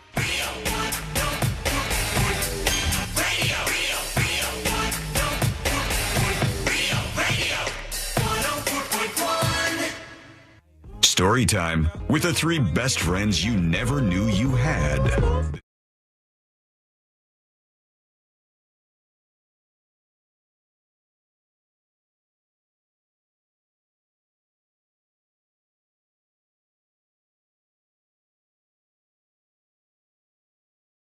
is the News Junkie, and this is the world's most viral newsroom. Learn more about the show and peek under the hood. Maybe even subscribe to uncensored secret shows over at thenewsjunkie.com.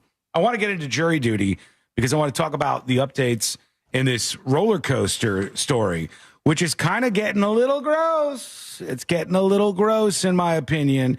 I'll tell you what's going on, what some of the rumors are about this person who died on a roller coaster and the lawsuit and a new person coming forward right now. Let's do jury duty.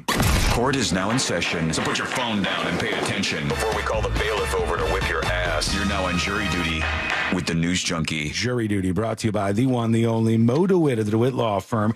Injured on the go? Just call Mo.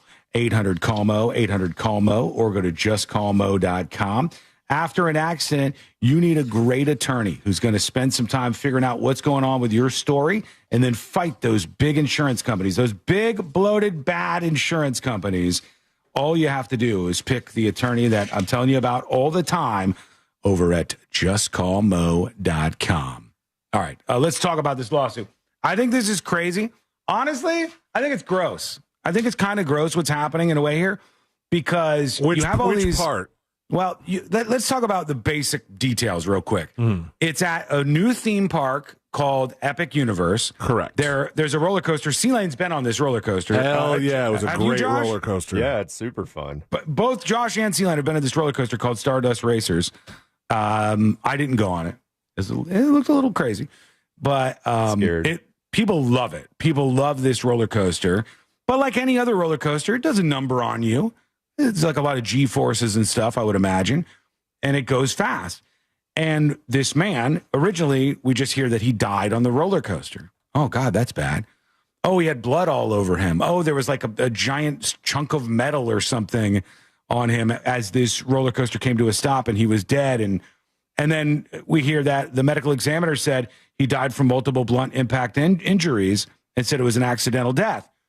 And then more info comes out. It's like, oh, this guy, Kevin Zavala, the 32-year-old who died on the roller coaster at Epic Universe, he was in a wheelchair. Correct. And he had a lot of health issues. Which doesn't automatically disqualify you from riding a roller coaster.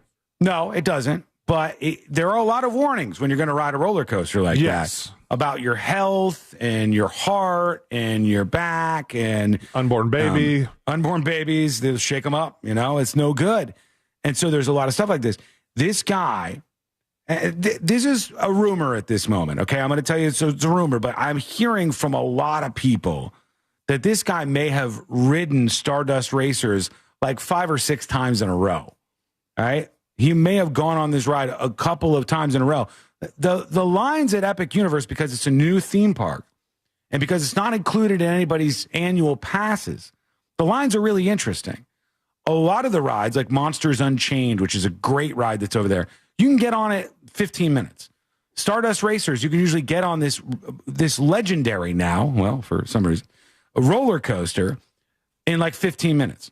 So this wheelchair-bound dude, Kevin Zavala, 32, who died, apparently, allegedly, he was going on the ride over and over and over again.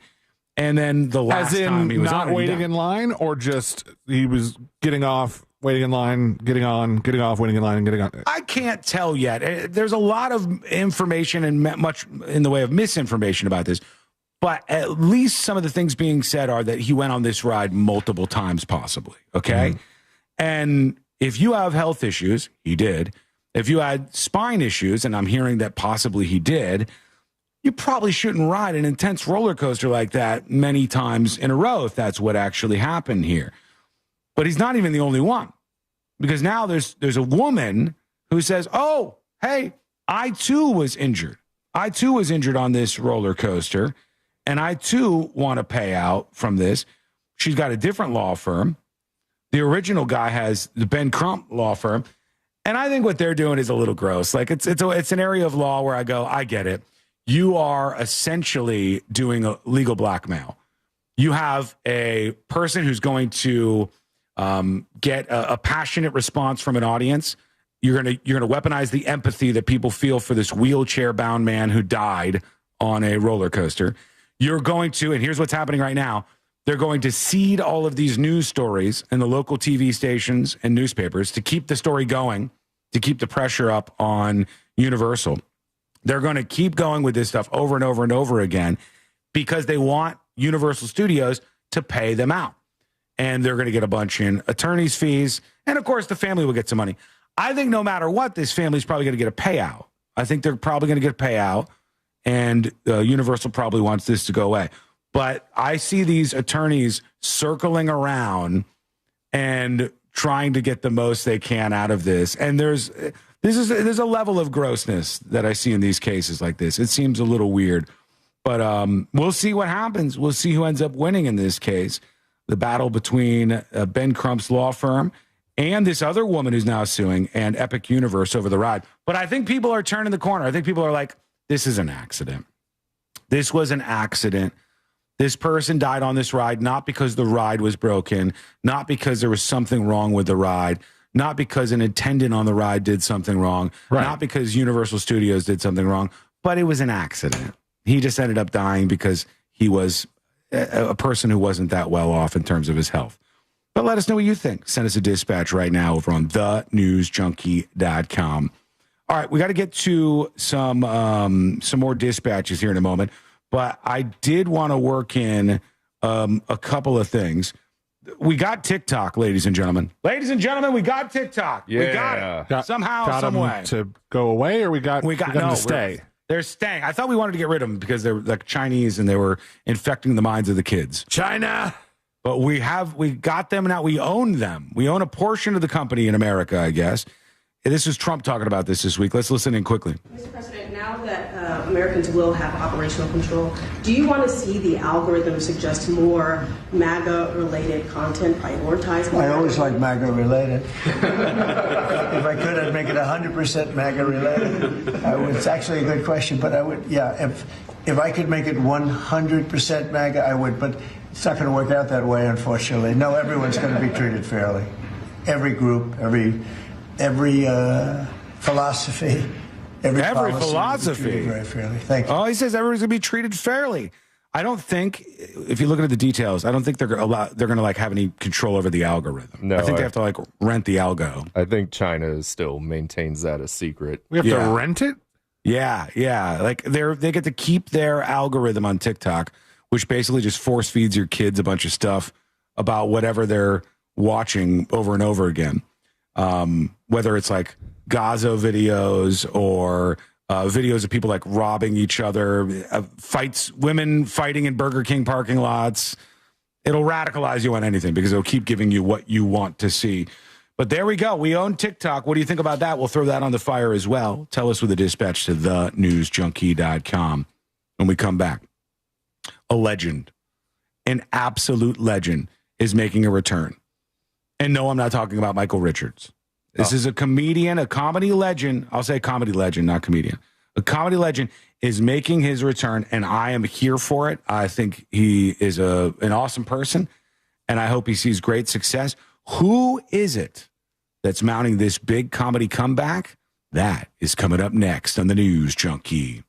Download the all-new iHeartRadio app. Make Real Radio 104.1 #1 on your presets, and you could win free stuff at upcoming events. Keep an eye out for emergency crews on the roadways clearing up an accident. On Good Homes Road northbound at State Road 408, there's a crash getting cleared up on the ramp from Redbug Lake Road to the Greenway southbound there. On John Young Parkway at Columbia Street, there's an accident getting cleared up. I-4 westbound before Maitland Boulevard. Look out for crews off to the shoulder there. See traffic troubles, call the Valvoline Instant Oil Change traffic tip line at 866-676-8477. From the Traffic Center, I'm James Birmingham. This report is sponsored by Fresh from Florida. You can depend on Florida farmers. Our farm is where we live and work. It's where we raise our families and provide for yours. When you shop for Florida-grown fruits and vegetables, look for local. Choose Fresh from Florida, the homegrown brand of Florida farmers. For more information about contests on this station, go to realradio.fm/rules. My testosterone is back, baby, thanks to Red Mountain Weight Loss. Man, it was really low, and I called Red Mountain Weight Loss and got my testosterone where it needs to be. And I got to tell you, when your testosterone's right, you feel a lot better. You don't feel sluggish anymore. You don't feel like you're unfocused. You don't have problems in the bedroom. Things are better. The truth is, men today have 20% less testosterone than their dads did. So this is a solution by calling Red Mountain Weight Loss. It's a prescription, and it's prescription strength testosterone that you only can get from somebody like Red Mountain Weight Loss. And it's awesome talking to their people, and they make it super easy. So if you're losing testosterone and you're having a problem with energy and building muscle mass, you need to give them a call. I did. I'm so glad that I did. It's a Red Mountain Weight Loss. To book your free video consultation with a licensed doctor today, just get online, get real testosterone from real doctors with real great results. Go to redmountainweightloss.com. That's redmountainweightloss.com, or just dial pound 250 on your phone and say the keyword Red Mountain. It's Red Mountain Weight Loss. Download the new and improved free iHeartRadio app. Listen to thousands of radio stations.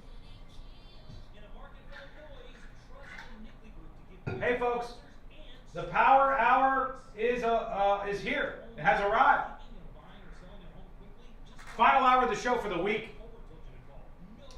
Some breaking news. Iran's president says the Trump administration is on a path with the Middle East that will set fire to the region.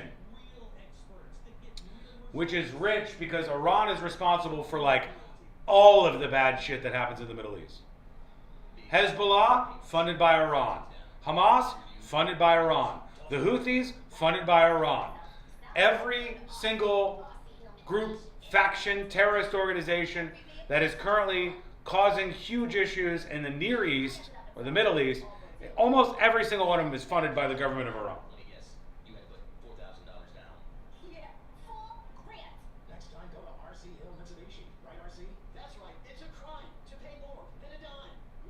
A Vietnamese man has broken the world record for world's longest nails. Gross or sexy, chat? Gross or sexy? Vietnamese man has broken a world record for the longest nails.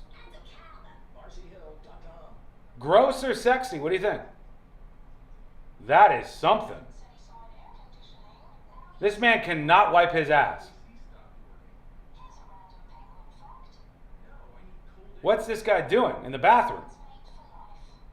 He can't get any work done like this? Gross or sexy? Some grosses coming in.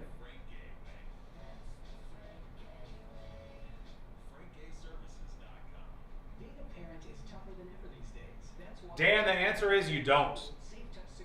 You don't work with your fingernails like that. Grosses coming in. More grosses.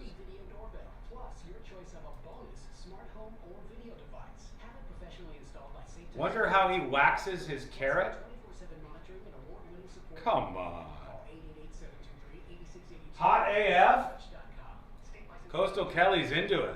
She likes it. Breaking news. Breaking news. Just in right now. Sinclair has just announced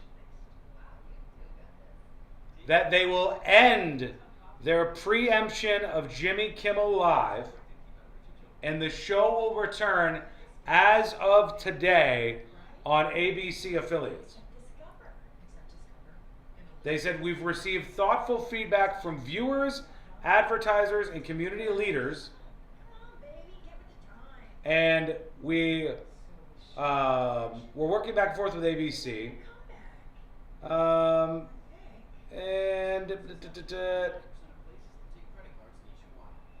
They said, while we understand not everybody will agree with our decisions about programming, it's simply inconsistent to champion free speech while demanding that broadcasters air specific content. They say Disney and ABC have not adopted the measures that they wanted and they respect their right to make those decisions. But Sinclair is returning Jimmy Kimmel Live.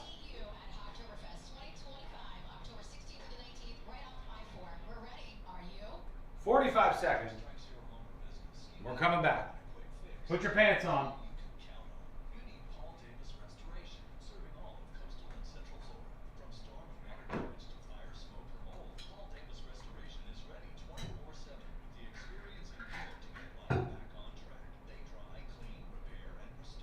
Water damage to fire, smoke, or mold. Paul Davis Restoration is ready 24/7 with the experience and care to get life back on track. They dry, clean, repair, and restore. Fast, professional, and reliable every step of the way. When things go wrong, they do what's right. Call Paul Davis Restoration, serving all of coastal and central Florida.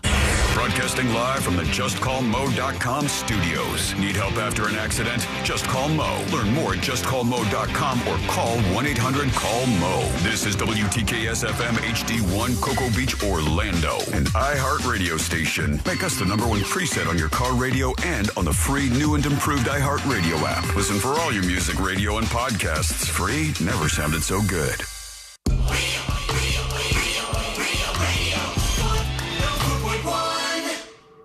The game of magnets, taking over the world one terrible person at a time.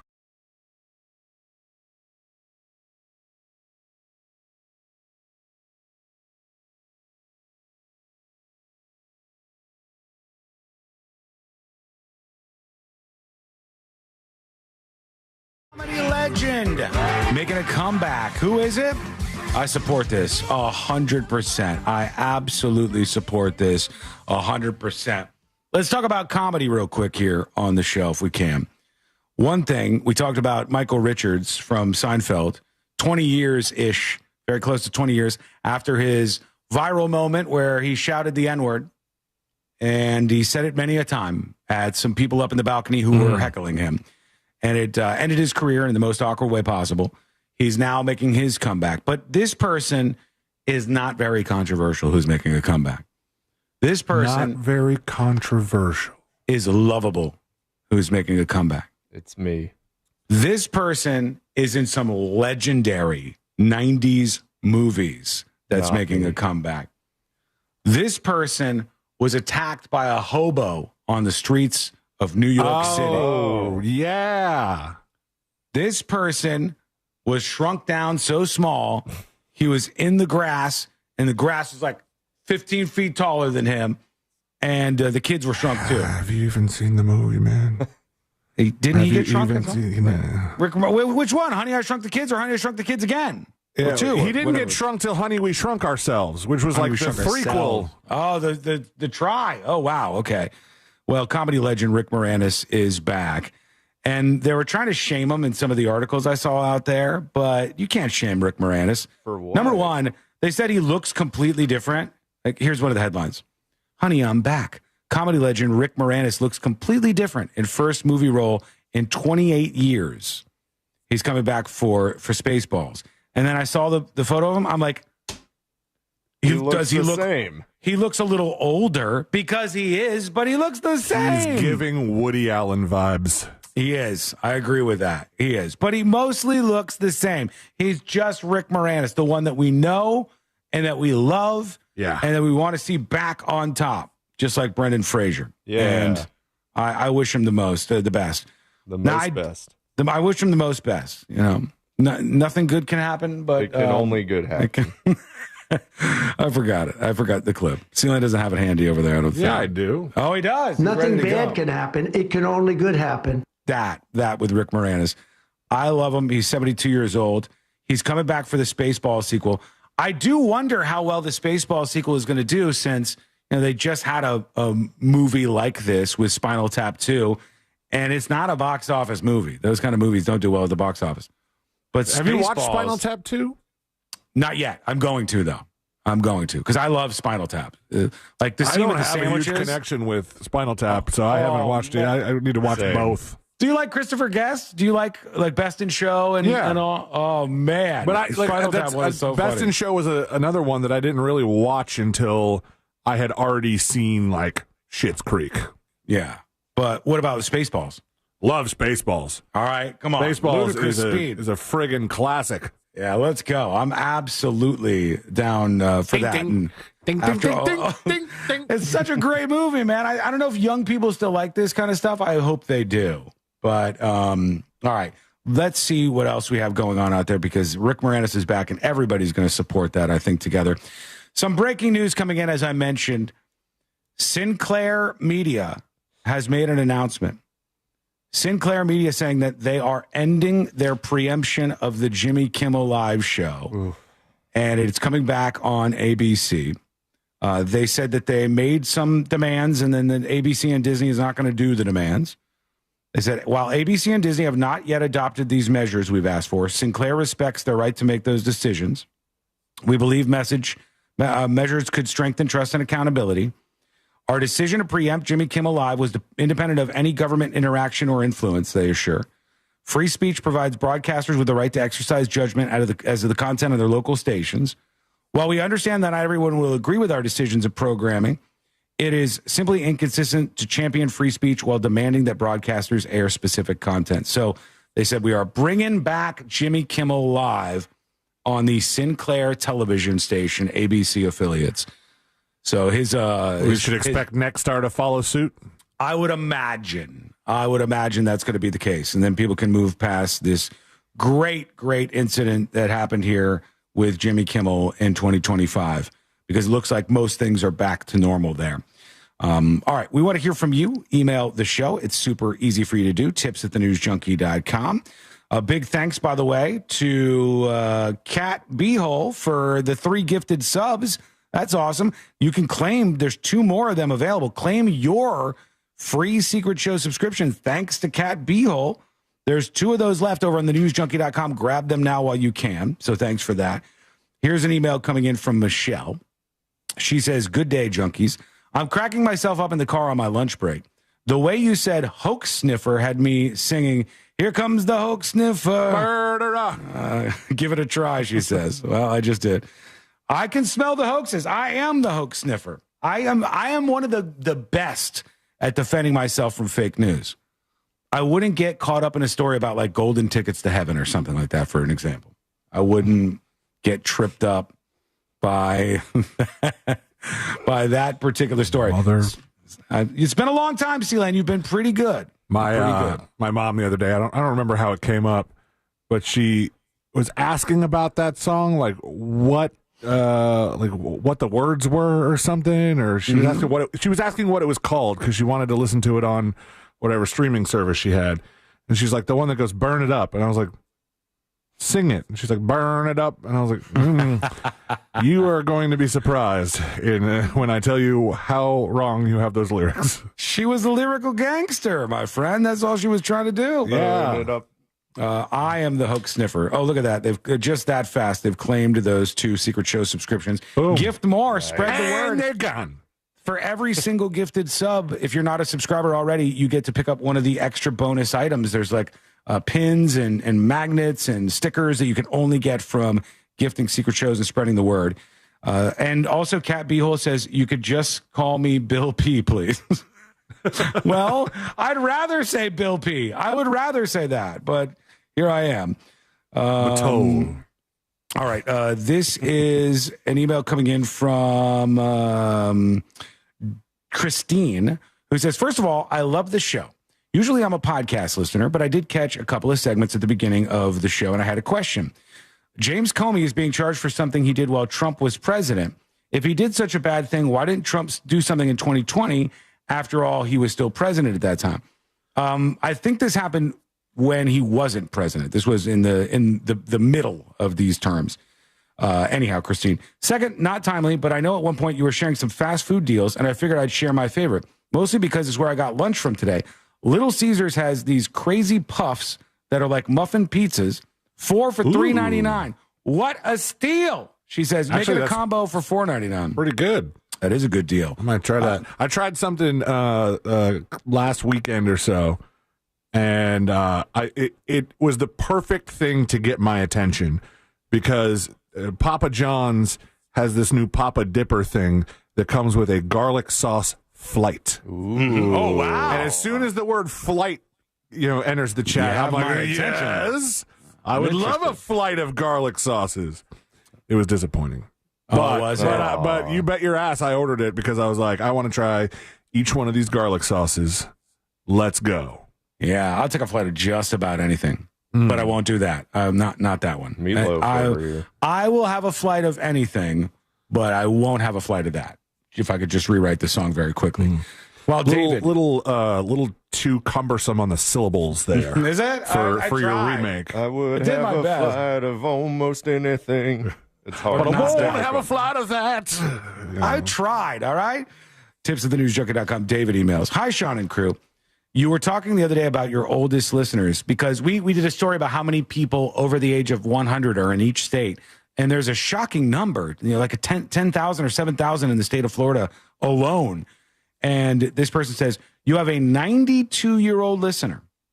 Sorry, I can't say that she's a fan, but my mom wants me to take her places, and she has no choice. It's all I listen to. Maybe she'll come around, keep up the great work.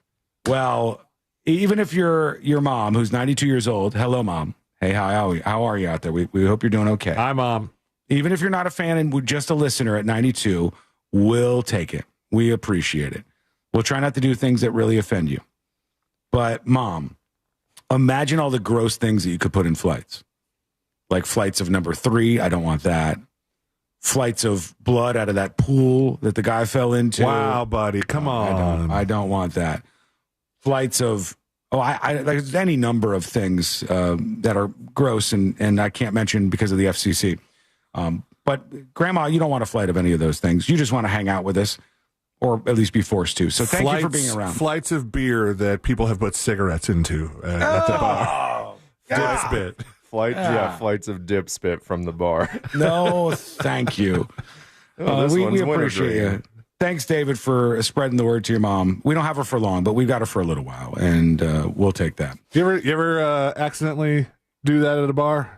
What? Like drink a beer that somebody has put a cigarette into? Yeah, it's vile. Yes, it's absolutely vile. Just that's what the ashtrays are for, man. Uh-huh. Yeah. It makes you want to puke immediately when that happens. All right, real quick, one dispatch that we can work in here. Here's Daytona Beach. Travis is talking about the woman who was upset by the pool blood photo on See It Now. Did I hear that right? Did that woman say, let's not normalize death? I'm pretty sure death is about as normal as it gets. Oh, she said death and looking at it, though. She meant like looking at those kind of things. She had a decent point. Yeah, it is gross, but sometimes people want to see gross things. Mima, if you want to see it, go see the gross with 2 S's this time. Go see the gross thing over on See It Now, and then give your son a live reaction. 90-something years old. 92. Okay, 92 years old. God bless you. God bless you out there. We need those. We need those old people ratings. When we come back, we're going to hear from you. It's your time to shine. So let's do it. Either email the show, tips@thenewsjunkie.com, or record a dispatch on the website, thenewsjunkie.com. Up next, there's somebody who got a threat, and they're very upset about this. But nothing is being done. Why? What was this threat? I'll read the threat for you, and you can tell me how you feel about it here on the show, because that is coming up next on the News Junkie. Real Radio is on Facebook at Real Radio 1041. Sponsored by the law offices of Anajar and Levine Accident Attorneys. Call the law offices of Anajar and Levine at 1-800-747-FREE. That's 1-800-747-3733. From the Clausman Law Traffic Center, car crash, call Clausman Law. ClausmanLaw.com. There's a crash getting cleared up on the ramp from Curry Ford Road to the Greenway southbound. An accident on Good Homes Road at State Road 408's getting cleared up there. I-4 westbound before Maitland Boulevard. An accident off to the shoulder on Florida's Turnpike northbound before US 192. Traffic starting to slow down. See traffic troubles? Call the Valvoline Instant Oil Change traffic tip line at 866-676-8477. From the Traffic Center, I'm James Birmingham. This report is sponsored by Fresh from Florida. You can depend on Florida farmers. Our farm is where we live and work. It's where we raise our families and provide for yours. When you shop for Florida-grown fruits and vegetables, look for local.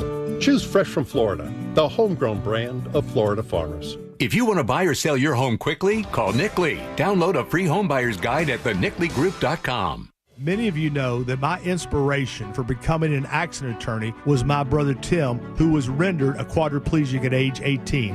I didn't know what a personal injury lawyer was or what they did, but I soon did. Tim was treated terribly by the insurance company, and I became enraged. It was a constant delay and deny. I'm John Morgan of Morgan & Morgan. Tim later worked with me for 27 years. Last year,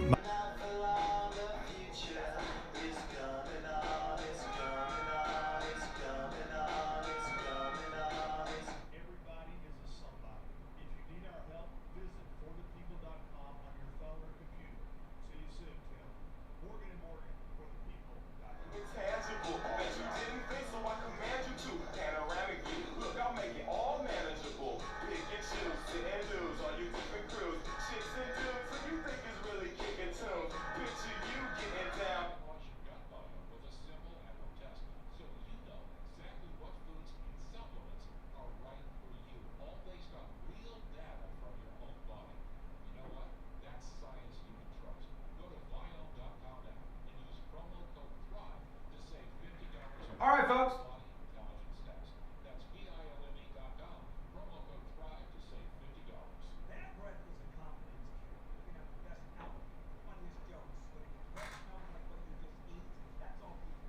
Hello, Beard's your friend. Good to see you on Twitch. Hey, Lisa, how are you?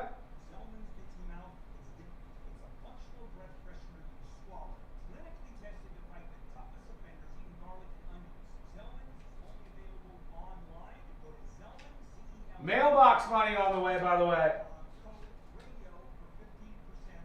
Hey, something's winding down. You're getting back to your normal routine. Thinking about this, man, coming up soon with the holidays. You want to be healthy for the holidays.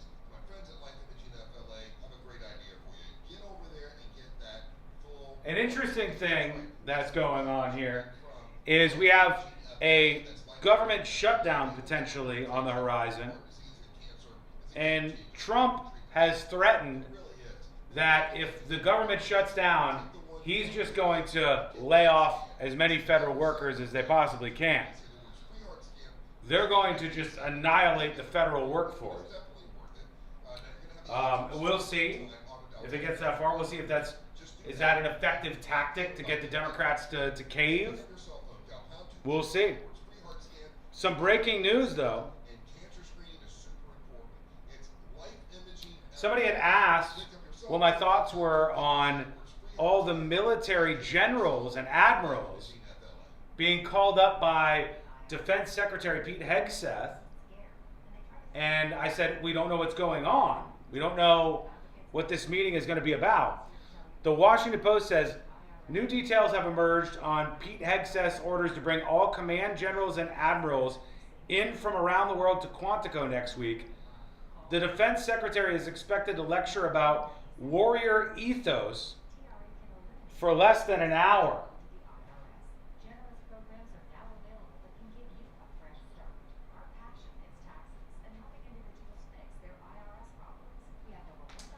That's intended to make you upset for the people who are traveling from all around the world to hear a lecture about this. But, you know, the warrior ethos thing I'm honestly fine with.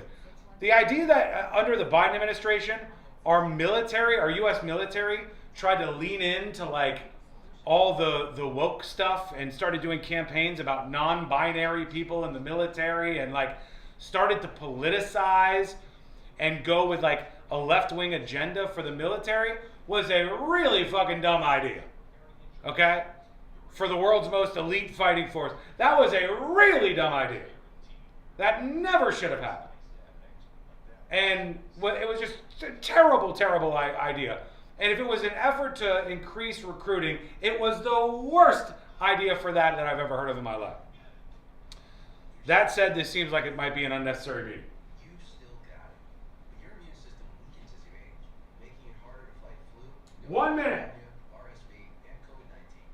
Vaccines are a key part of any health routine. It helps strengthen your immune response. Ask your doctor or pharmacist which vaccines you need. Schedule in minutes at vaxassist.com. Sponsored by Pfizer. Isn't the guy from the Gorillas the same as the guy from Blur? Yes. Both pretty good bands, too. No Zoom? Everybody back to the office? I wonder if they'll let some of them Zoom in. And by the way, they should. If you have a short speech about like warrior mentality, bringing it back to the military, fine. But they should be able to Zoom in. Otherwise, it's a waste. All right, here we go. 2025, October 16th through the 19th, right off I-4. We're ready. Are you? Go get it. The new season of the NFL lives on iHeartRadio. It's blocked! It's scooped up by Will McDonald! That's a jet touchdown! Local stations bring you the action live. Touchdown Tampa Bay! Plus, fantasy advice and expert analysis with the official NFL Podcast Network. A strip sack! A Watt recovery! Everything you love about football is on the iHeartRadio app. Throws to the end zone. Caught, beat it, touchdown! Chargers! Search NFL to dive in. Radio.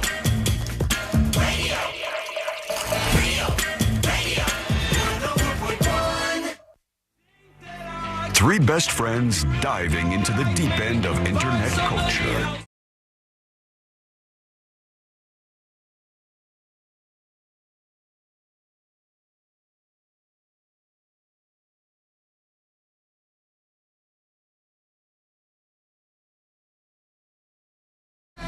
Ceiling's not going to like this. Why not? What happened?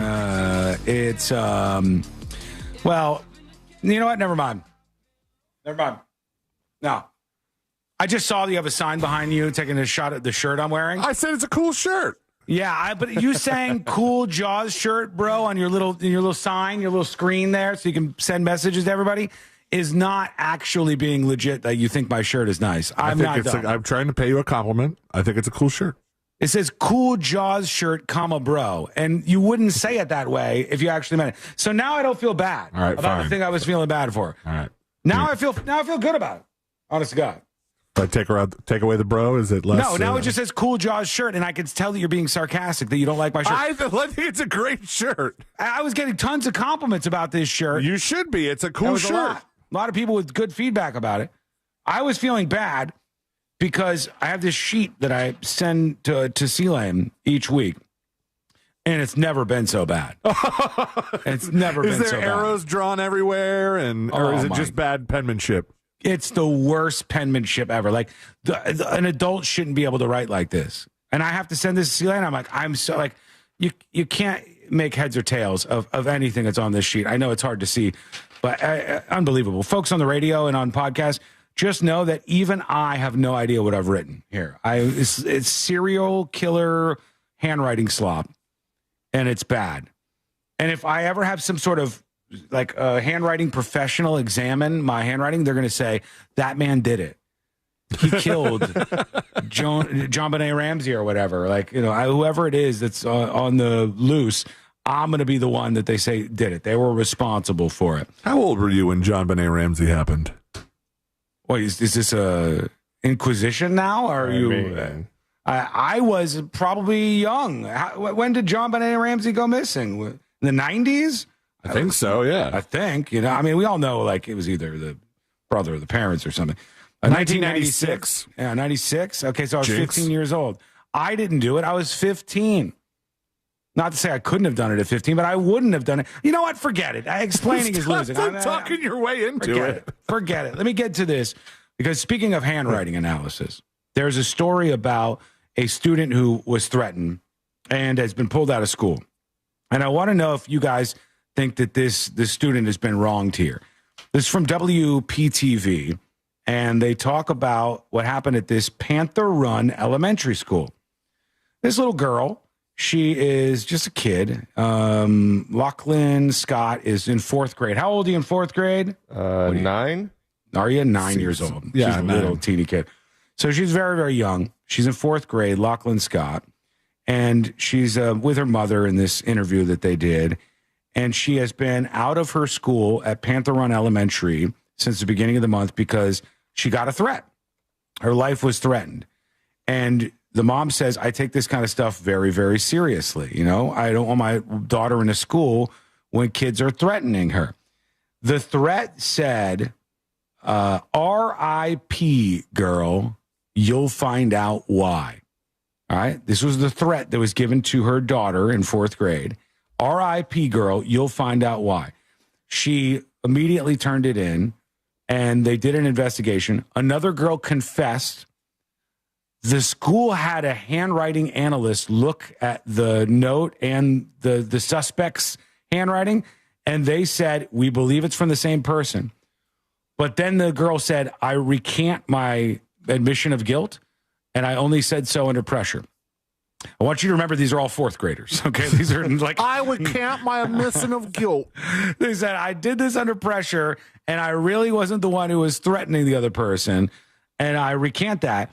So now the girl is not getting punished, and they're leaving her in school. It puts them at a stalemate here. Here's WPTV. They've got more details on what's happening. I want to see what you think as parents. Tells me that her daughter found a death threat in her journal here at Panther Run Elementary, and immediately she pulled her daughter out of school. Since the beginning of the month, 4th grader Lachlan Scott has been out of her classroom at Panther Run Elementary. My friends. And will be in. Don't be mad at this reporter for putting more work in. That's what she's doing. I'm not mad.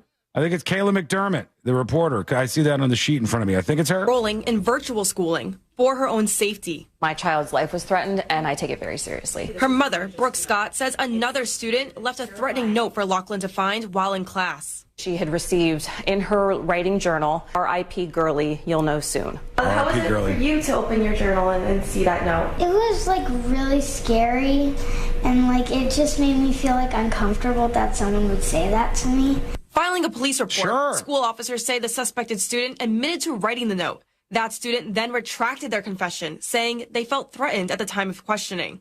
School officers ran a handwriting analysis where they determined the writing on the note and the students do match. So they ran a handwriting analysis. They're like, we got ourselves a match. This girl should be booted from the school. And she confessed and everything, but they're not doing it because she recanted her admission. All I have to say is anybody texts you or sends you a message that says RIP like that kind of stuff is unacceptable. I'm calling HR. For what? I received a text message. From who? From C-Lab? I don't want to say. I don't want to call out any names. Mm-hmm. I'm a little worried, though. All I'm telling you is I didn't send any text I'll messages. be pulling myself out and doing virtual radio from here on out. What's it say? What's the text message say? It says, and I quote, R.I.P., pal. Oh, my God, C-Lane. You can't do that. You can't I didn't do that. You cannot send that kind of stuff. We got HR at iHeartRadio. It says I recant everything on a screen, too. So now I don't know what's what. But this young girl is in trouble. I think this is sad that this kind of stuff happens at these schools. It's very, very sad. Kayla McDermott is out there on the case, though. She's going to figure out what happened. Kayla, keep fighting for this family. I want everybody to feel safe. I want everybody at Panther Run to feel safe, including this young girl, all right? So we hope the best for them, and we'll give you any updates on this very important story if there are any on the way. I kid, but she did a great job. I really think she did on her story. Let's see what we have. There's a lot of good little B-roll. It's very percussive. Mm-hmm. There was almost an ASMR element to some of the things that she included in that report. It's like when you go, and they put the money in the cash register. Then they loaded the gun. You know, everything's got one of those messages. By the way, the guy who said that the Mexicans or the Hispanic men kidnapped him because he had a MAGA hat on, the 17-year-old at the center of what very much seems like a hoax. All right, very much seems like a hoax to me. Hoax sniffer extraordinaire. I am Sean the hoax Lawson. sniffer, and I sniffed it out. Here come the hoax sniffer. Marion County Sheriff says Caden Spate has been located safe in a place called Williston, Florida, and he's all right. So they got their hands on this 17-year-old. He's okay. And no word on the mysterious Mexicans or Hispanic men. I don't know what's going on with them, but it seems like that was a bit of a hoax, and we'll keep an eye on the story. Somebody emails to tipsofthenewsjunkie.com, Darren, and says, who's paying for all these generals to fly back to the United States for a 1-hour meeting? We are. Oh, yeah, we are, he says, just like Josh, indeed. And he's talking about this meeting that's going down next week. Let me see. Here's what we have. New, Pete Hegseth, the defense secretary, summoned all the top officers in the military to Virginia to deliver a speech about the warrior ethos and outline a new vision for the U.S. military. Could have been a text, Pete. He's also expected to discuss new readiness, fitness, and grooming standards. The plan is to record it and post it to his socials later on. It's about getting the horses into the stable and whipping them into shape, said a defense official. And the guys with the stars on their shoulders make for a better audience from an optics standpoint. This is a showcase for the defense secretary to tell them, get on board or potentially have your career shortened. All right. So he wants to bring back this warrior ethos. He wants to get rid of the woke stuff in the military. He doesn't want all these like campaigns telling you about non-binaries in the military and all the stuff the military was starting to do in the last couple of years. He wants them to have a warrior ethos. But if you think about all the military leaders all over the map right now, to make them come back for that speech and not let them do it on Zoom or something, it's a little speech. Just let them watch remotely if they wanted to. But I think he wants the video of this. So we'll see what happens with this speech next week. I'm sure it'll make news, and I'm sure we'll talk about it when it does. Okay, let's work in a couple of dispatches here, see what you got on your mind. A lot of people are responding to the dispatch from TD, who said one of the photos on See It Now is gross. John is responding to her as well. Hello? I don't think that those pool workers are I don't think they died. No, they don't. I'm going to say they died. We're not looking at death. Just looking at. I don't think they died. Yeah, I don't think that we know they died. There was a lot of blood in that pool. Again, it's on See It Now if you want to see what the story was all about. Somebody working, probably on a roof, fell into an empty pool. Worst case scenario. Yeah, really did a number on themselves. So yeah, we'll keep an eye on that. No, two people I think fell. 2 people fell in. Well, I mean, that makes sense. That's why there's so much blood in this damn pool. But we'll continue to get to your reactions, your feedback. There are a lot of people talking about this clip of Trump on Marine One. Let me see if I could find this. For those of you who are watching, you can Didn't always he have watch to switch helicopters a couple weeks ago? He had Possibly. some weird emergency. But whatever aircraft he's on is always Marine One, right? Yes, just like correct. Air Force One. And there's some footage of this, and it's probably people looking into things a bit too much. But here's the windows of Marine One. All right. Trump leans over. Melania's talking to him. He's pointing at her. They're just talking back and forth. Now he's talking to her again. I think there was absolutely nothing there. I mean, this is Emmanuel Macron and Bridget all over again. Yeah. She's talking to him. He's pointing and talking to her. And people love to do the body language stuff. Like, This is a fight. We are looking at a fight that's going on. Ooh, the relationship is on the edge here. He's probably talking about Jimmy Kimmel. They put him back on. They told me he was fired. Sinclair caved. Can you believe this? This looks like the most nothing burger that I've seen in quite some time. It's just 2 people talking. And when he's talking at the end, the door of the helicopter is open. So, yeah, you duck down and you talk a little louder. This is fishing for something to talk about. Yeah, I don't think there's any there in this case. But if you do, let us know. That's what this is all about. You are allowed to have your opinion. Join us with it over at thenewsjunkie.com. Another thing that might happen next week, there is a planned shutdown, October 1st, of the federal government.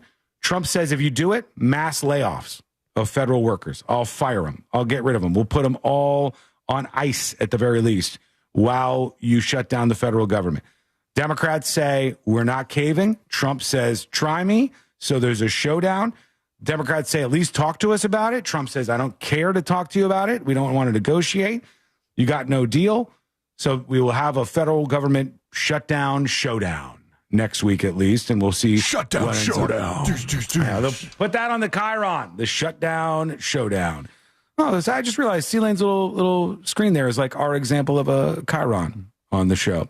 There he goes. Yeah, look at that. If you watch, the Shutdown Showdown. It's beautiful. There's a new thing where Ceiling can put messages just for the people watching on the show, just special for you. Mm-hmm. If you want to see it, go over to youtube.com/thenewsjunkie. I've already been using it just to send messages straight to Sean. Yeah. Just to Sean. Or Jack Bradshaw, who was just wandering around the other studio. Just anybody in general. All right, folks, what do you think about everything happening in the world or stories that we're not touching on yet? Give us your thought. Tips, TIPS, @thenewsjunkie.com. When we come back, here's what we got. Final dispatches. Woo! Stories that didn't make the cut. And today I learned to wrap everything up for a Friday and the whole damn week. That's coming up next on The News Junkie. Real radio is the Jim Colbert Show. Actually, it was the first Dahmer movie. It was just called Dahmer. Oh, I remember that. The sequel was Dom and Dahmer. I just hate how good that was. And if you'll notice, I'm not going to laugh because I can't give it to him. Come on. The Jim Colbert Show.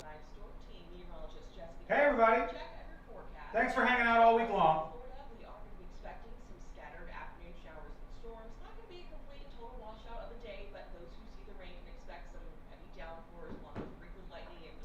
I gotta send this to Sealand. Hang on. Above normal, high of 92 degrees today in Orlando. As we head to the weekend, we will be expecting some gusty coastal showers and storms before drier conditions next week. From the Fox 35 Storm Team, I'm meteorologist Jessica Dobson. This report is sponsored by Allstate. Oh, I am ready for the weekend. Save money on car insurance by checking Allstate first. Those people are probably saving a carload of cash right now. So what are you waiting for? Okay, final stories. For a quote today. Folks, it's time. Rate the show out of 10. 10 out of 10 is a real winner. 1 out of 10 is an embarrassment that we should run away from and hit the delete button on. Bloop, bloop. Get rid of it. Somebody mentions breaking news about the Sinclair thing. We already did that. Welcome. We already did that. We already talked about that. 9 sea lane skeletons out of 10. Thank you. Very good. Number 3 flights out of 10. Gross. Thank you. 9 out of 10. Thank you, landscape.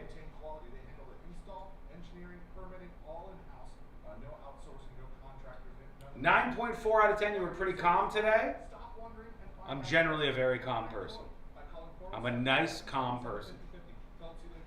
8 just to be safe. All right. A 10? 10 out of 10 for the week. Thank you, E-Fresh Rocks. Wait till you see what happens next week on the show. It's gonna be metal. It's gonna be metal. It's gonna be amazing. I gotta go get Today I Learned.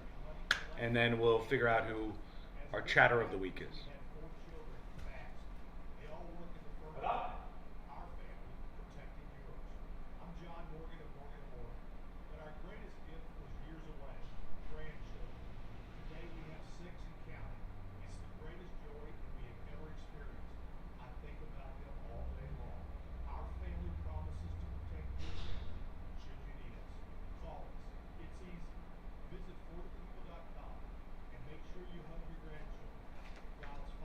Okay. Who's our chatter of the week?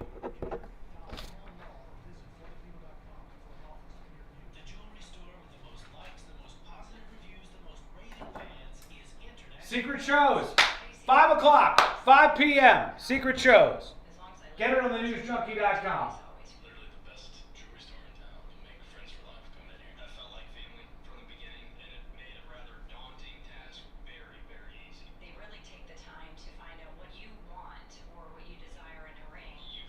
They said he couldn't do it. They said he couldn't do it. They said it couldn't be done. The haters were hating on an 11. But he fought against it. And he stood strong. And he typed. And he hit enter. And he posted comments. And that's why E-Fresh Rocks from Twitch is our chatter of the week. Congratulations, Fresh Rocks. They said you couldn't do it.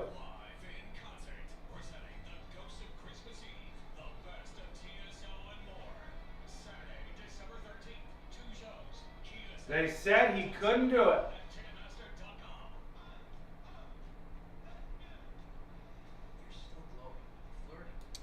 Folks on Twitch, we'll be rating a live stream from an abortion facility, about 17 minutes or so, in 4K. So buckle up for that.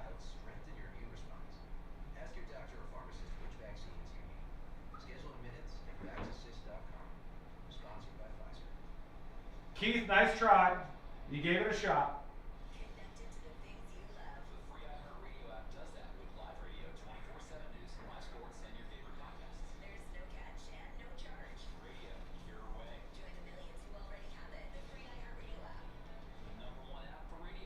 Folks, thank you kindly.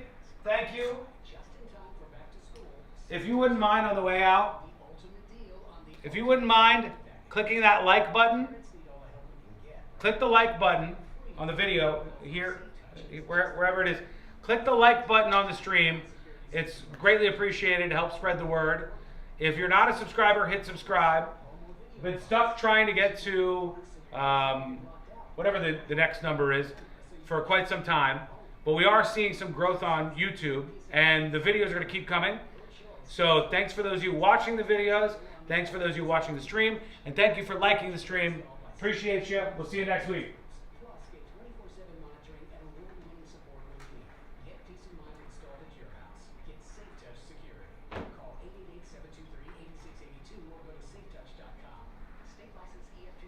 When you need it. Get peace of mind installed at your house. Get SafeTouch Security. Call 888-723-8682 or go to safetouch.com. State license EF 2000-2049. The International Hot Rod Association and Durana Hybrid, where horsepower meets hard work. We're reigniting the spirit of racing and the power of skilled trades. Mentorship, education, legacy. Fuel the future on the track and in the trades. Get your tickets now at ihra.com. This earful of real radio is sponsored by Sunset Walk Best of Challenge. Tickets on sale now at sunsetwalk.com. That mortgage guy, Don, is part of the Real Radio family, and that means he's taking care of your family.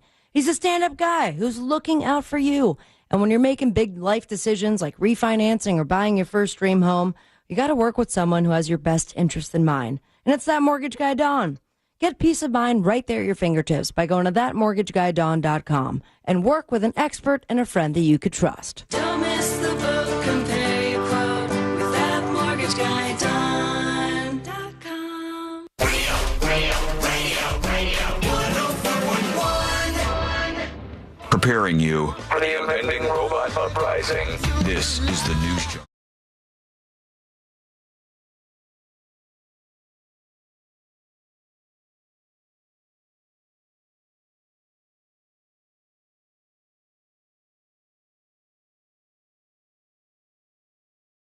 And today I learned to wrap everything up for a Friday in the week, friends. Thank you to everybody for hanging out with us. We love you. We appreciate you. Sincerely, I mean that. To those of you listening to us in West Palm Beach, Real Radio 92.1, we love you. We appreciate you 1,000%. I promise you that. And to those of you on the Vero Beach, on the coast over there who are hanging out, we love you over there. Everybody on all the affiliates who are tuned into the show, no matter when you do, thank you for hanging out. Podcasters, thank you. Streamers, chat people, thank you. Thank you to everybody. Josh, thank you, my friend. You're welcome. Thank you for hanging out with us today. We really appreciate it. What can I say? Yeah, and he'll be back with us on Monday as well, if he makes it through the weekend. And he will. There wouldn't be any reason to think he wouldn't. It wouldn't. Now I feel like I'm not gonna. No, you are. You are. Yeah. Let's hope so. Unless you've gotten any frightening texts recently. I have. You know, that could be bad. I'm worried. Well, how much time do I have on the way out? I don't see. Oh, we didn't do the thing. I usually have a timer for this kind of stuff. Josh doesn't know about the timer. Yeah, it's okay. It's all right. Yeah, my bad, guys. Yeah. It's. Oh, is that right? No, it's not right. Oh my God. I was at a heart attack. I'm like, well, I got 5 seconds left. Hang on, run. All right. Okay. So we got a little while. A little while here. Let's get into a couple of final things on the show. How about this? Mailbox money on the way. Woo! Yes. Amazon has made an agreement with the Federal Trade Commission, ending a 2-year dispute over allegations it was too difficult to cancel Prime subscriptions. The settlement, $2.5 billion. All right? And they're going to provide $1.5 billion in refunds to 35 million customers. That could include you.